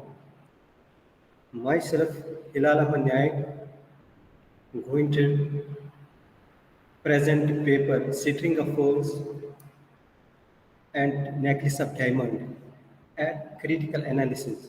String of Pearls policy of China is surrounding India to establish its port.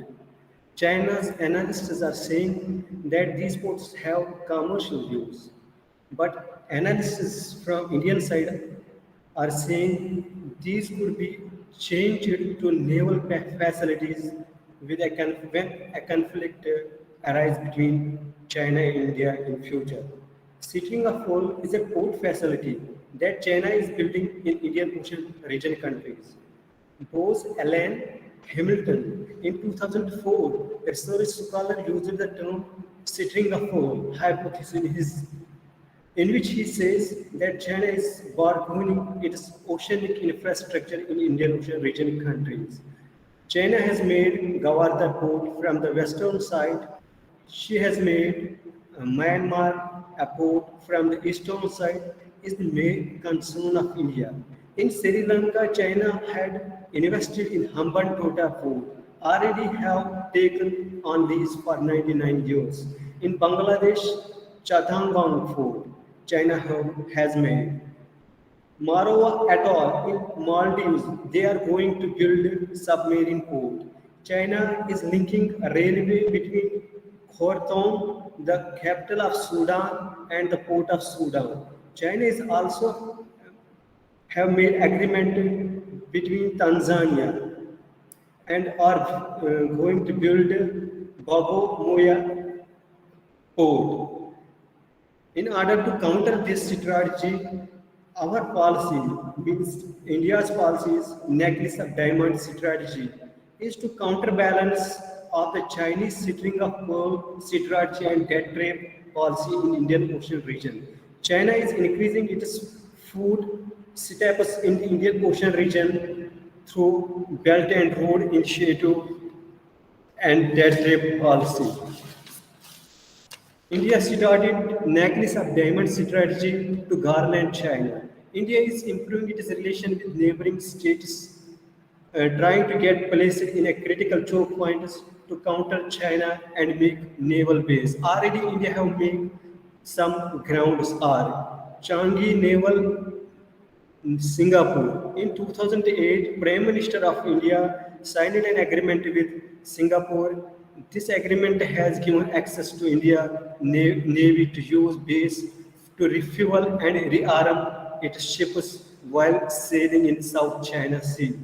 Sabtang Port, Indonesia, one of the busiest choke points in Indian Ocean region, is the Strait of Malacca, where India has permission to use this port and China's 80% of trade is going through this choke point. Dam Port, Oman. This port, India is keeping an eye Gwadar Port and Djibouti.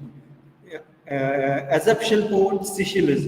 In this port, we are going to see what China is doing in African region. Shabar Port. This is the strategical importance as it has given access to India, to Afghanistan and Central Asian country. Quad. Initiative of Quad, India, China, Japan, Australia and USA economic, military and strategically comes together for free, open, prosperous and inclusive Indo-Pacific region that serves the long-term interest of all countries of the world. In order, India should remain its presence in the Indian Ocean region to restrain China, but it is possible only through soft diplomacy plus hard power. As we are facing this time, three critical issues concerning our relationship with our neighborhood. First is domestic politics, second is Big Brother, and third one is keeping an eye neighboring countries in internal affairs. To deal with these issues maturely with a realistic perspective that can benefit India. Otherwise, we will face problem like in recent week, in previous week in Uttarakhand, there was a Sansad regarding religious Sansad. In that Sansad, after when they have made in some kind of atrocities, speeches after that in Maldives, there is going on policy, India out policy. Or in previous year, we have seen like when this Tablighi Jamaat was trolling as a virus. When Prime Minister of India did his trip on Bangladesh, and there was going protest against Prime Minister of India. Or recently, this UAE, United Arab Emirates, are going to spend billions of money in Srinagar and to make a big mall. But if we will not do domestic politics maturely, we will face problem. Thanks on my side.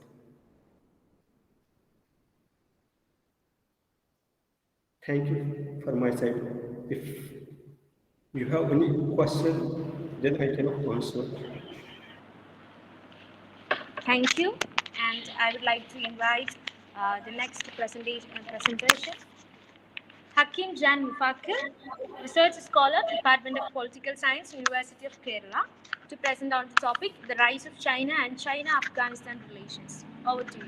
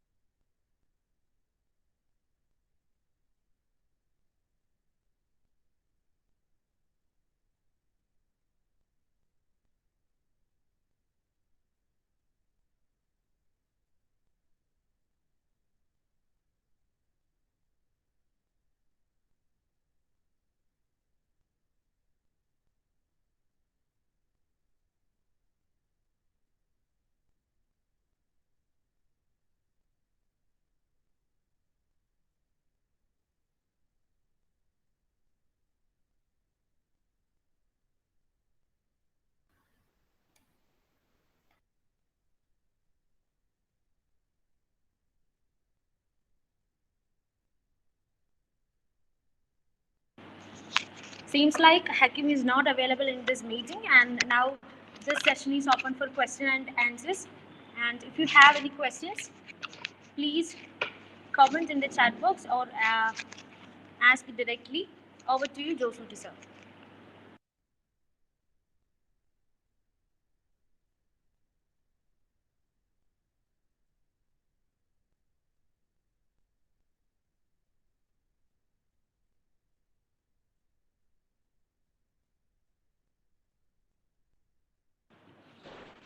Sorry, there's one more presentation is there. And I would like to invite Jinil John, Research Scholar, Department of Political Science, University of Kerala, to present on the topic, Politics and Strategies of Smaller Countries of South Asia in India-China Relations, a case study of Nepal. Over to you, Jinil John.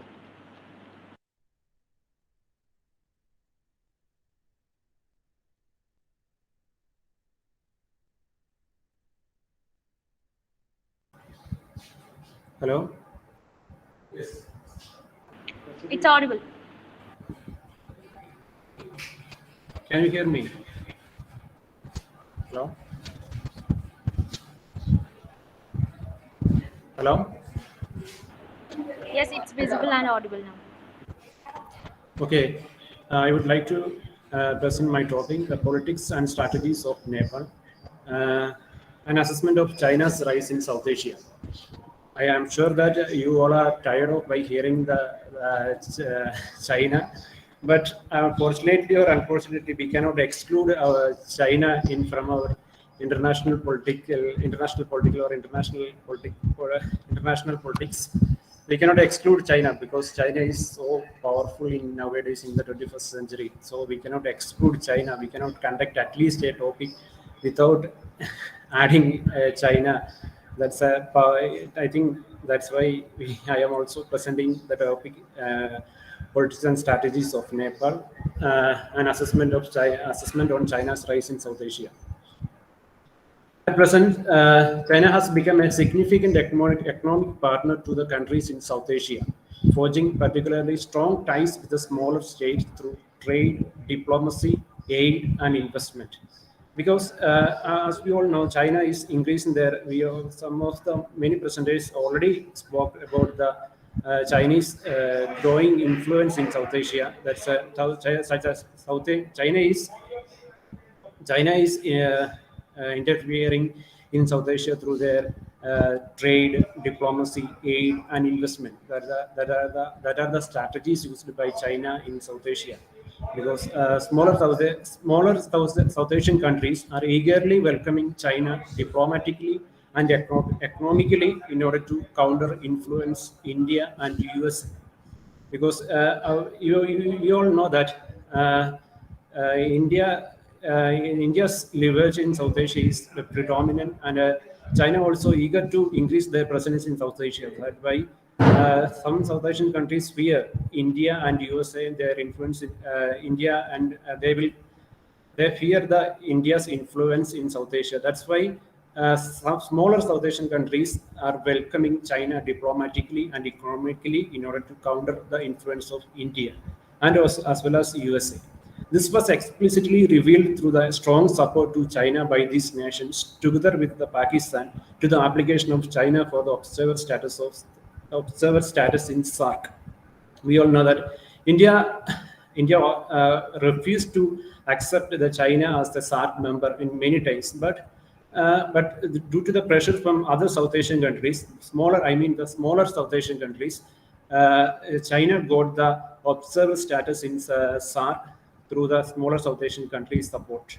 Now, China has managed to chaperone its South Asian neighbors by launching China South Asia Emergency Supply Reserve and a Poverty Alleviation and Cooperative Development Center. It should be noted that China's South Asia Emergency Supply Reserve and a Poverty Alleviation Cooperative Development Center. It was the result of a virtual meeting convened by the Chinese Foreign Minister Wang Yi and attended by the foreign ministers of Afghanistan, Bangladesh, Nepal, Pakistan, and Sri Lanka. It should be noted that excluding the India, Bhutan, and Maldives were excluded from this cooperation. That is, it is introduced by China China's South Asia Emergency Supply Reserve and Poverty Alleviation and Cooperative Development Center. The Assistant Foreign Minister of China and ambassadors of the above-mentioned South Asian countries got together in Chengdu on July 9 to set up this platform. This platform, that means China South Asia Emergency Supply Reserve and Poverty Alleviation and Cooperative Development Center. These initiatives aims to work for the COVID-19 vaccination and poverty alleviation in South Asian states. We all know that the South Asian countries in South Asia, India abstained from distributing COVID vaccine due to their domestic need. But China made use of this inefficiency from India.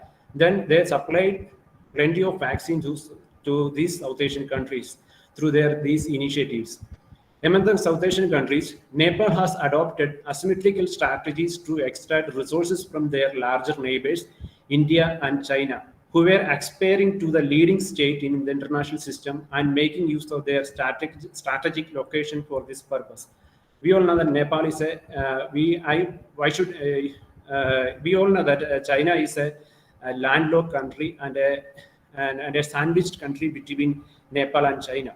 So in South Asia, most importantly, Nepal's foreign policy and Nepal's strategies and policies should be addressed in detail. That's why I choose Nepal in focus in South Asia. In fact, the changing dynamics in foreign policies of smaller South Asian countries helps China to widen their influence in the region, thereby counterbalance India at the regional and international scenario. We all know I don't go in detail Chinese interest in South Asia because many of the speakers already spoke about the South Asian Chinese interest in South Asia. So I just go through some of the Chinese interest in South Asia. Why China is actively interested in South Asia? First one is geographically, South Asia lies between East Asia and oil-rich Middle East. Also, China's trade economy is dependent primarily on Malacca Strait and sea lanes of communication passing through Indian Ocean. China must increase its presence in Indian Ocean region, which hitherto has been dominated by India. That means China is targeting India's leverage. That should be noted. Second, many South Asian countries, Afghanistan, Bangladesh, Maldives, Nepal, Pakistan, and Sri Lanka, have become already the party to the China's Belt and Road Initiative, with an expectation that it would provide an impetus to their developing economic environment. In South Asia, only India abstains from Chinese BRI initiative. That should be noted that. As India opts for external balancing and thus moves its attention away from its immediate neighborhood, China wants to seize this opportunity to strengthen its relation with South Asian countries and counter India's dominant position in the region by creating an alternative regional box. Nowadays, in the current international scenario, India has given more focus to Quad initiative. That means we all know that India is actively engaged in Quad initiative. That India is giving importance to.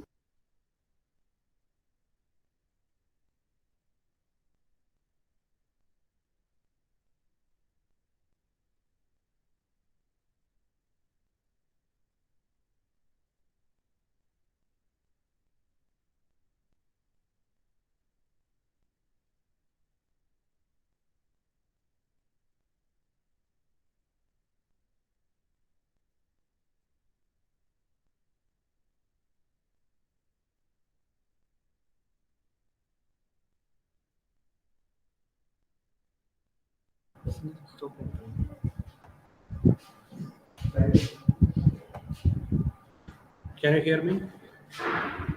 Yes. Okay, sorry for the trouble. Okay. Yes, yes, audible. Okay, I'm sorry. Okay, okay. India. We all know that nowadays India give not much attention to the smaller South Asian countries. India is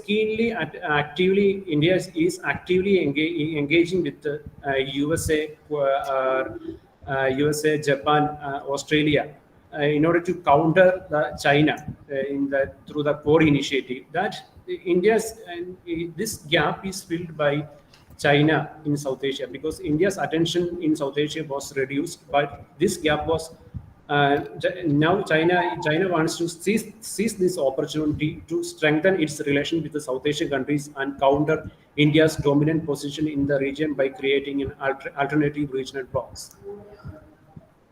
When we go detailing politics and strategies of Nepal, over the years, growing economic dependency on India has augmented and also bred anti-Indian sentiments. Nepal considered Nepal's worsening condition as leeway for India to exert influence and induce Nepal to formulate policy according to its liking.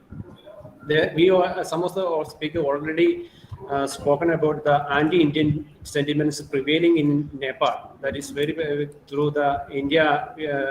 Once India applied a blockade towards Nepal in 2015, we all know that through this India's big brother role in Nepal, all these factors contributed to generating anti-India sentiments in Nepal. India has been assisting Nepal in most of the political and economic issues throughout the history. But during 2015, India became unable to resolve the situation diplomatically and started to playing a big brother role towards Nepal mishandling this situation.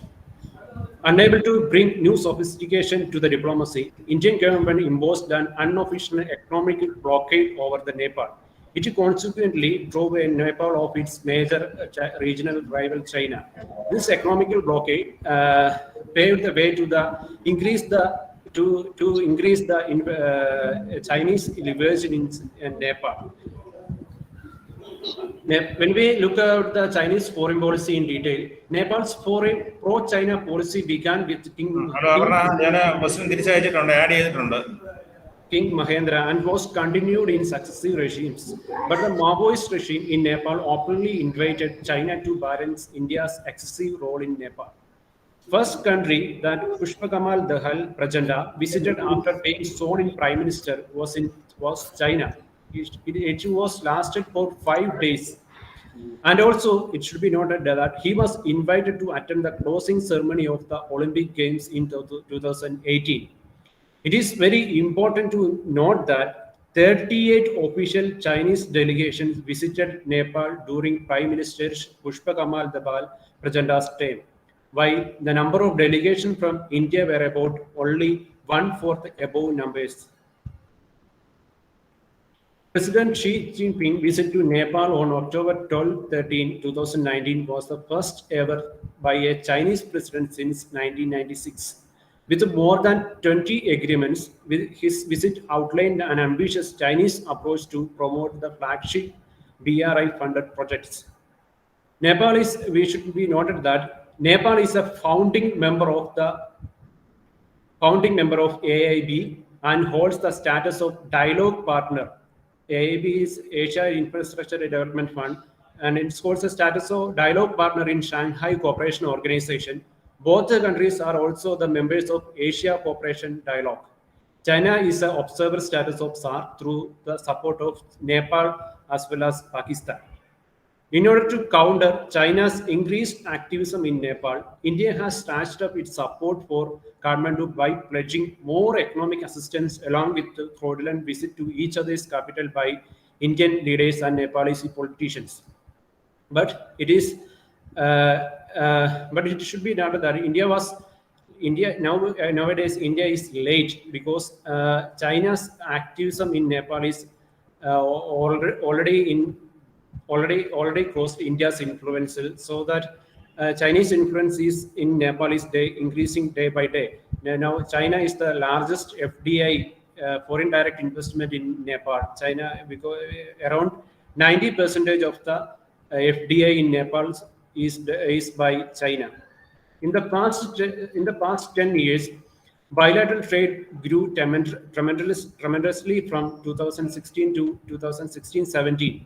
During the same period, export from Nepal to India more than doubled in 2016-17. Similarly, India export to Nepal grew over the 8 times from 2016-17 to 2016-17. In recent years, Nepal has been successfully balancing China and India in the area of military cooperation by making use of considered economic benefits from the both.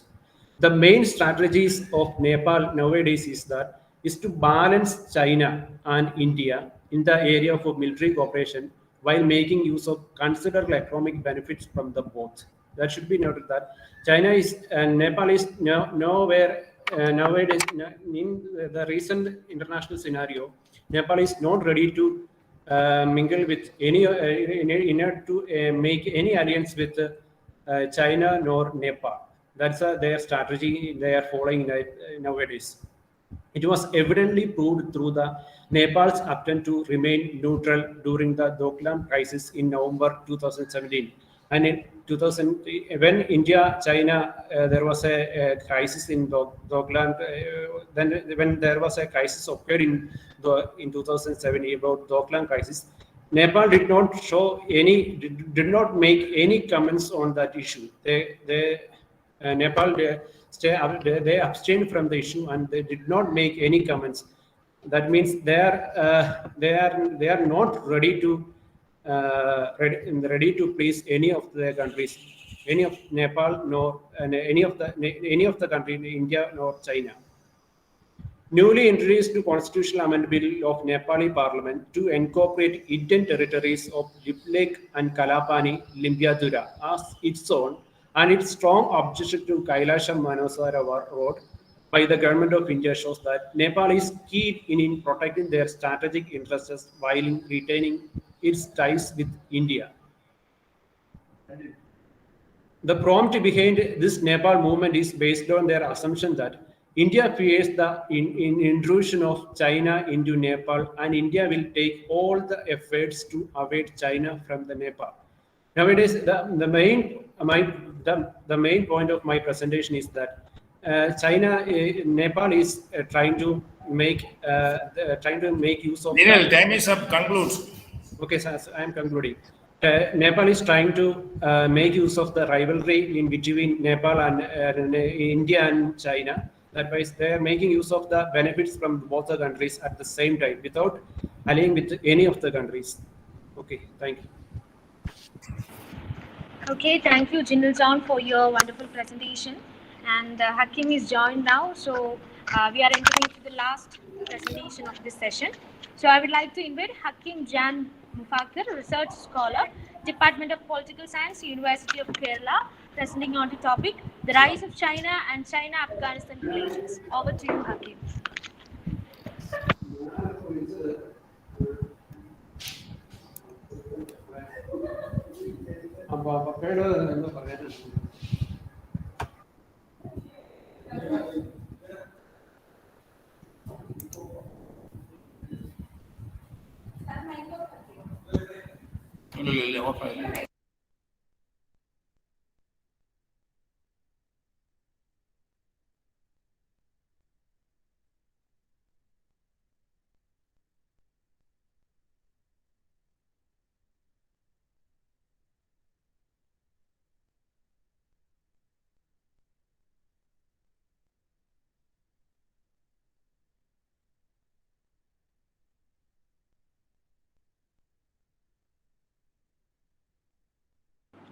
Hakim, it's not audible. Please unmute your mic.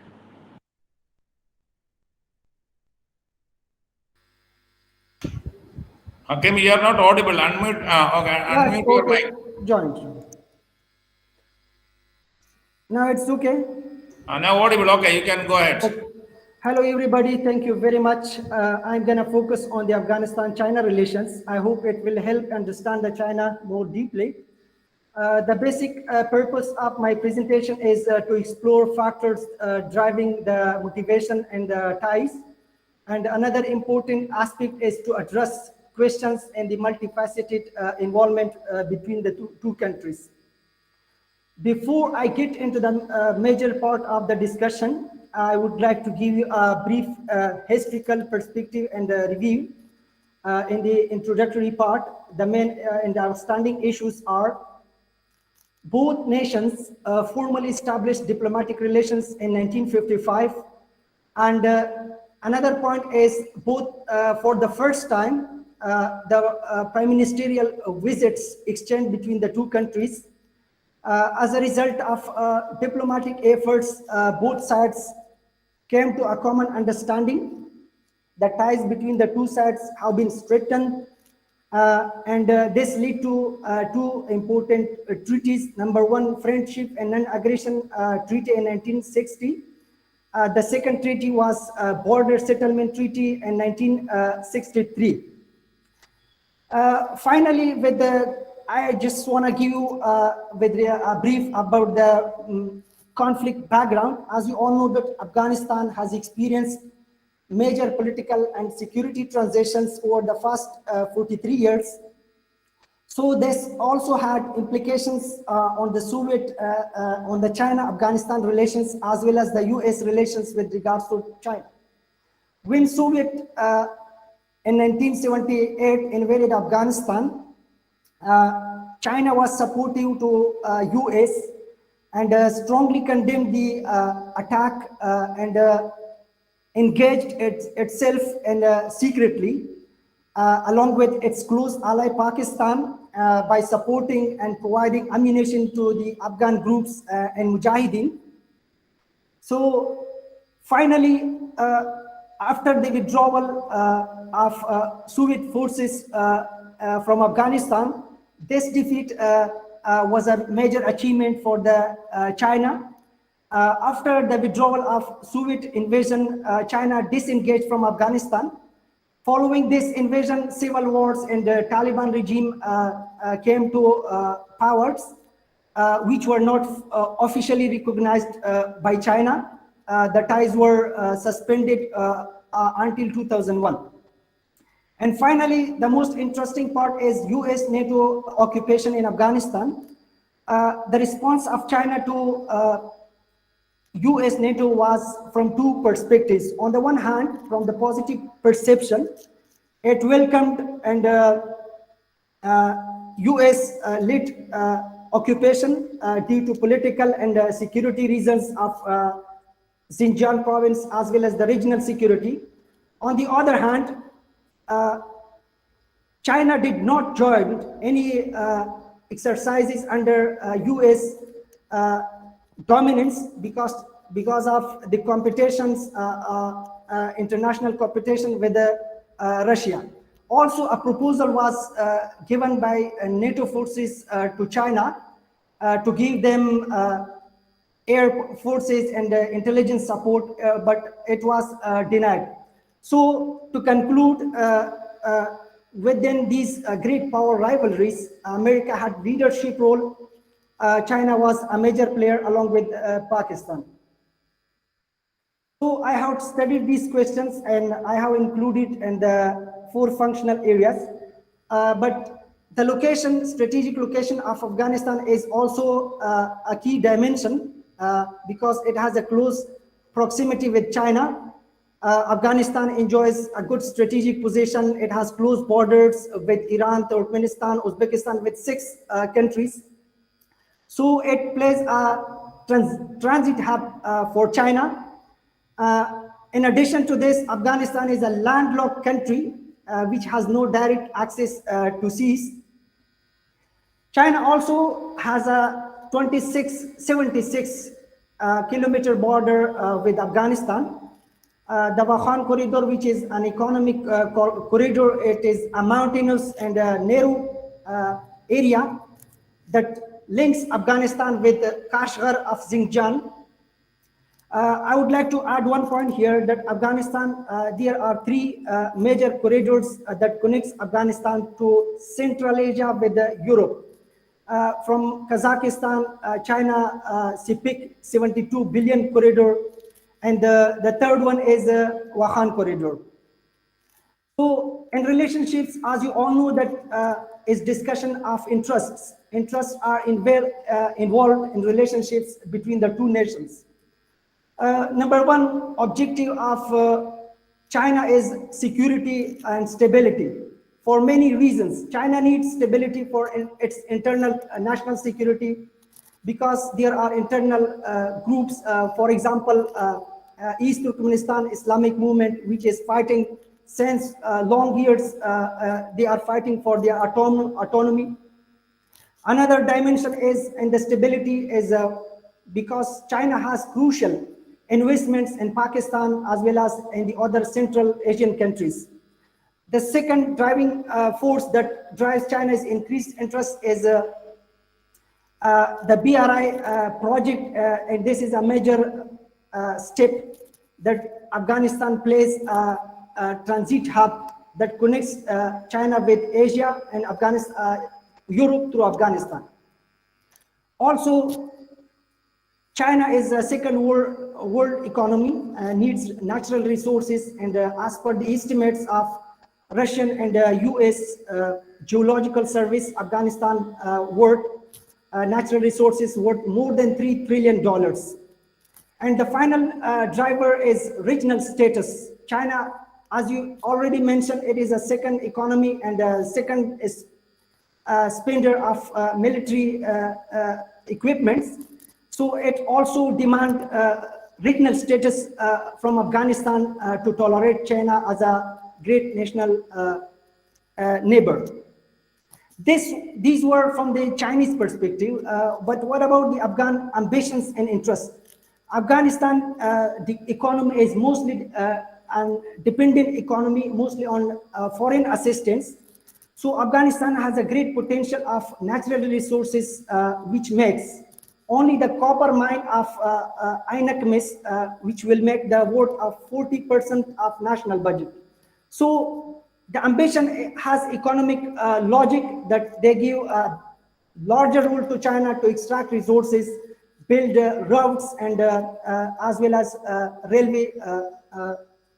railway connections. The second most important aspect of my discussion is multifaceted involvement. I have been categorized into three main pillars: political, military, and economic.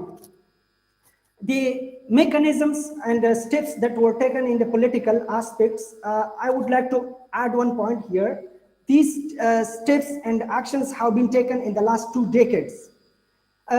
Bilateral, trilateral, quadrilateral, and multilateral dialogue mechanisms were initiated and increased between the two countries.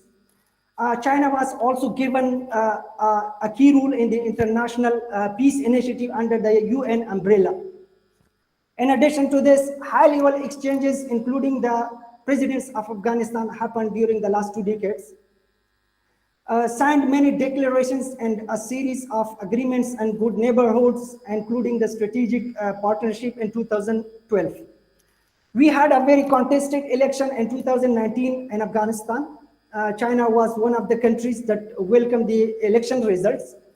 And the final initiative that Afghanistan has been the observer since 2005, but now it is trying to gain full membership is the Shanghai Cooperation, which China has a key role with supporting Afghanistan. Military and defense cooperation has been intensified after 2014. High-level visits, periodic working interactions happened, information exchanges have been done. The Afghan government arrested and handed over 14 U-boats to China in 2015. This action in response was as a result of the President Ghani first official trip to China. China in response allotted $73 million to Afghan security forces for the first time in the Sino-Afghan history. Agreements and MOUs also specifically signed in this category and pillar. Final point in the military and defense, joint counter-terrorism exercises at borders of Afghanistan and Tajikistan has been conducted to control the border. The final part of my discussion is economic, which has been categorized into 2 main sections: trade flow and investment. Trade has been doubled in the last 2 years into $629 million in 2019. Agreements have also been signed particularly the free trade agreement based on which the 95% goods, Afghan goods and products enjoy zero tariffs on to China. Another mechanism in the trade flow was direct cargo flights, also started in 2018. This was another initiative. The total amount of financial aid of China is amounting to $900 million. Socio-economic projects as bridges, hospitals, and some other projects have been implemented. More than 500 scholarships and more than 3,000 professional training courses were given to Afghan students in China. People-to-people contacts have also been increased in the last 20 years. So the approach and policy of Afghanistan was shifted in 2014. This was his first trip, President Ghani trip to China. Ghani respected support from China to play a bigger role in the peacekeeping mission inside Afghanistan, regional integration, as well as the economic growth. These are some good statistics about the trade flow. China is one of Afghanistan's largest trading partners, making the 5th largest export destination for Afghan goods and products, and the 4th largest source of imported goods for Afghan products. So this is the last part, investment. China has three dream projects. Number one is INAC project, which has been suspended and delayed due to security reasons. According to some reports that I have heard officially from official statements, 19 attacks were conducted on the Chinese specialists within 5 years from 2007 up to 2012. Another big dream project was the oil company. So these were the big companies that China has to play a bigger role of investment in the future. And the final project is the CPIC 62 billion project. According to World Bank, Afghanistan has been named with huge potential to serve as a resource corridor between South and Central Asia. So as part of the BRI project, China also took this action and built a cargo train corridor in 2019 that connects Afghanistan via Uzbekistan and Kazakhstan under this framework. In addition to this, some MOU and agreement in 2016 was also signed between the two sides.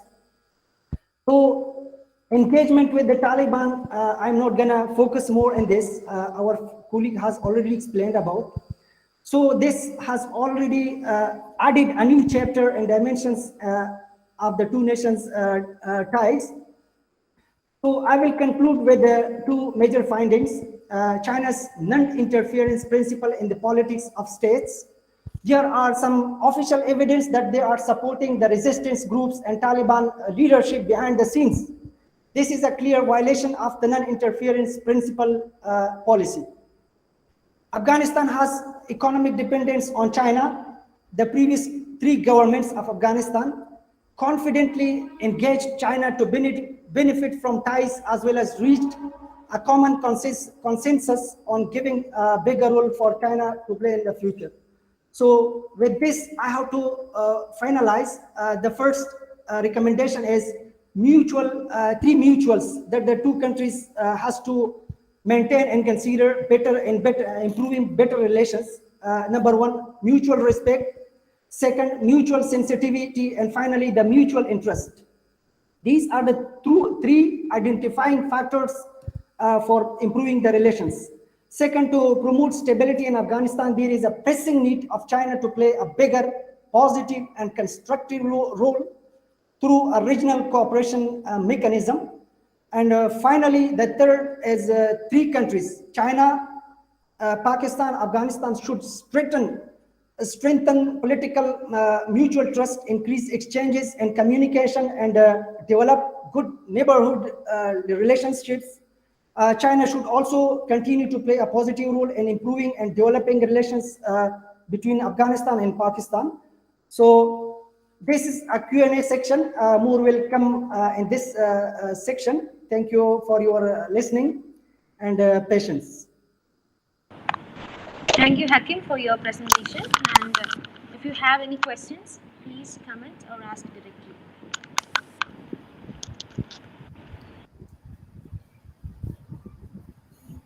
Yes, we have some time for questions. If any of you have questions, you may address to the resource person who are to the presenter. Or we can post questions in the chat box as well, please.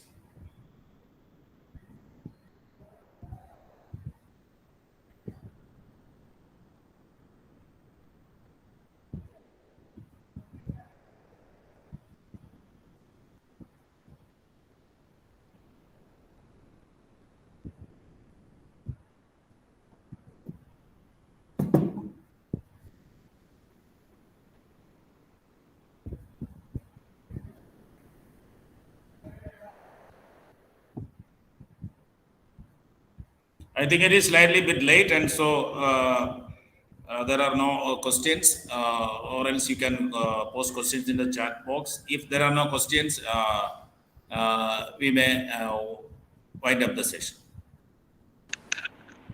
Okay, if you have no questions, just let's wind up this session. It's my privilege to propose the vote of thanks on the behalf of Department of Political Science, University of Kerala. First of all, I would like to thank our organizers of this webinar on international webinar on mapping China's rise, regional assessments. And then I would like to thank our head of the department, Dr. Suresh Rangarajan sir, and Professor Girish Ramkumar sir, who chaired this session. And also I thank all the faculty members of the department. And I would like to extend my wholehearted gratitude to all the presenters of this session, Dr. Vignesh Ram, Ashok Alex sir, Dr. Josukutty sir, Saumalya Ghosh sir, Amu S. Anil, Godwin George, Hilal Ahmed Naik, Jinil John, and Hakim Jan Mufakir. Thank you all for your informative and insightful presentations. And finally, I would like to thank all the participants of this webinar who made this webinar a grand success. Thank you so much, guys. Tomorrow also our webinar will start soon, 9:30 a.m. All of you please join on the same link at 9:15 onwards. And once again, I thank one and all who present here. Thank you. Have a delightful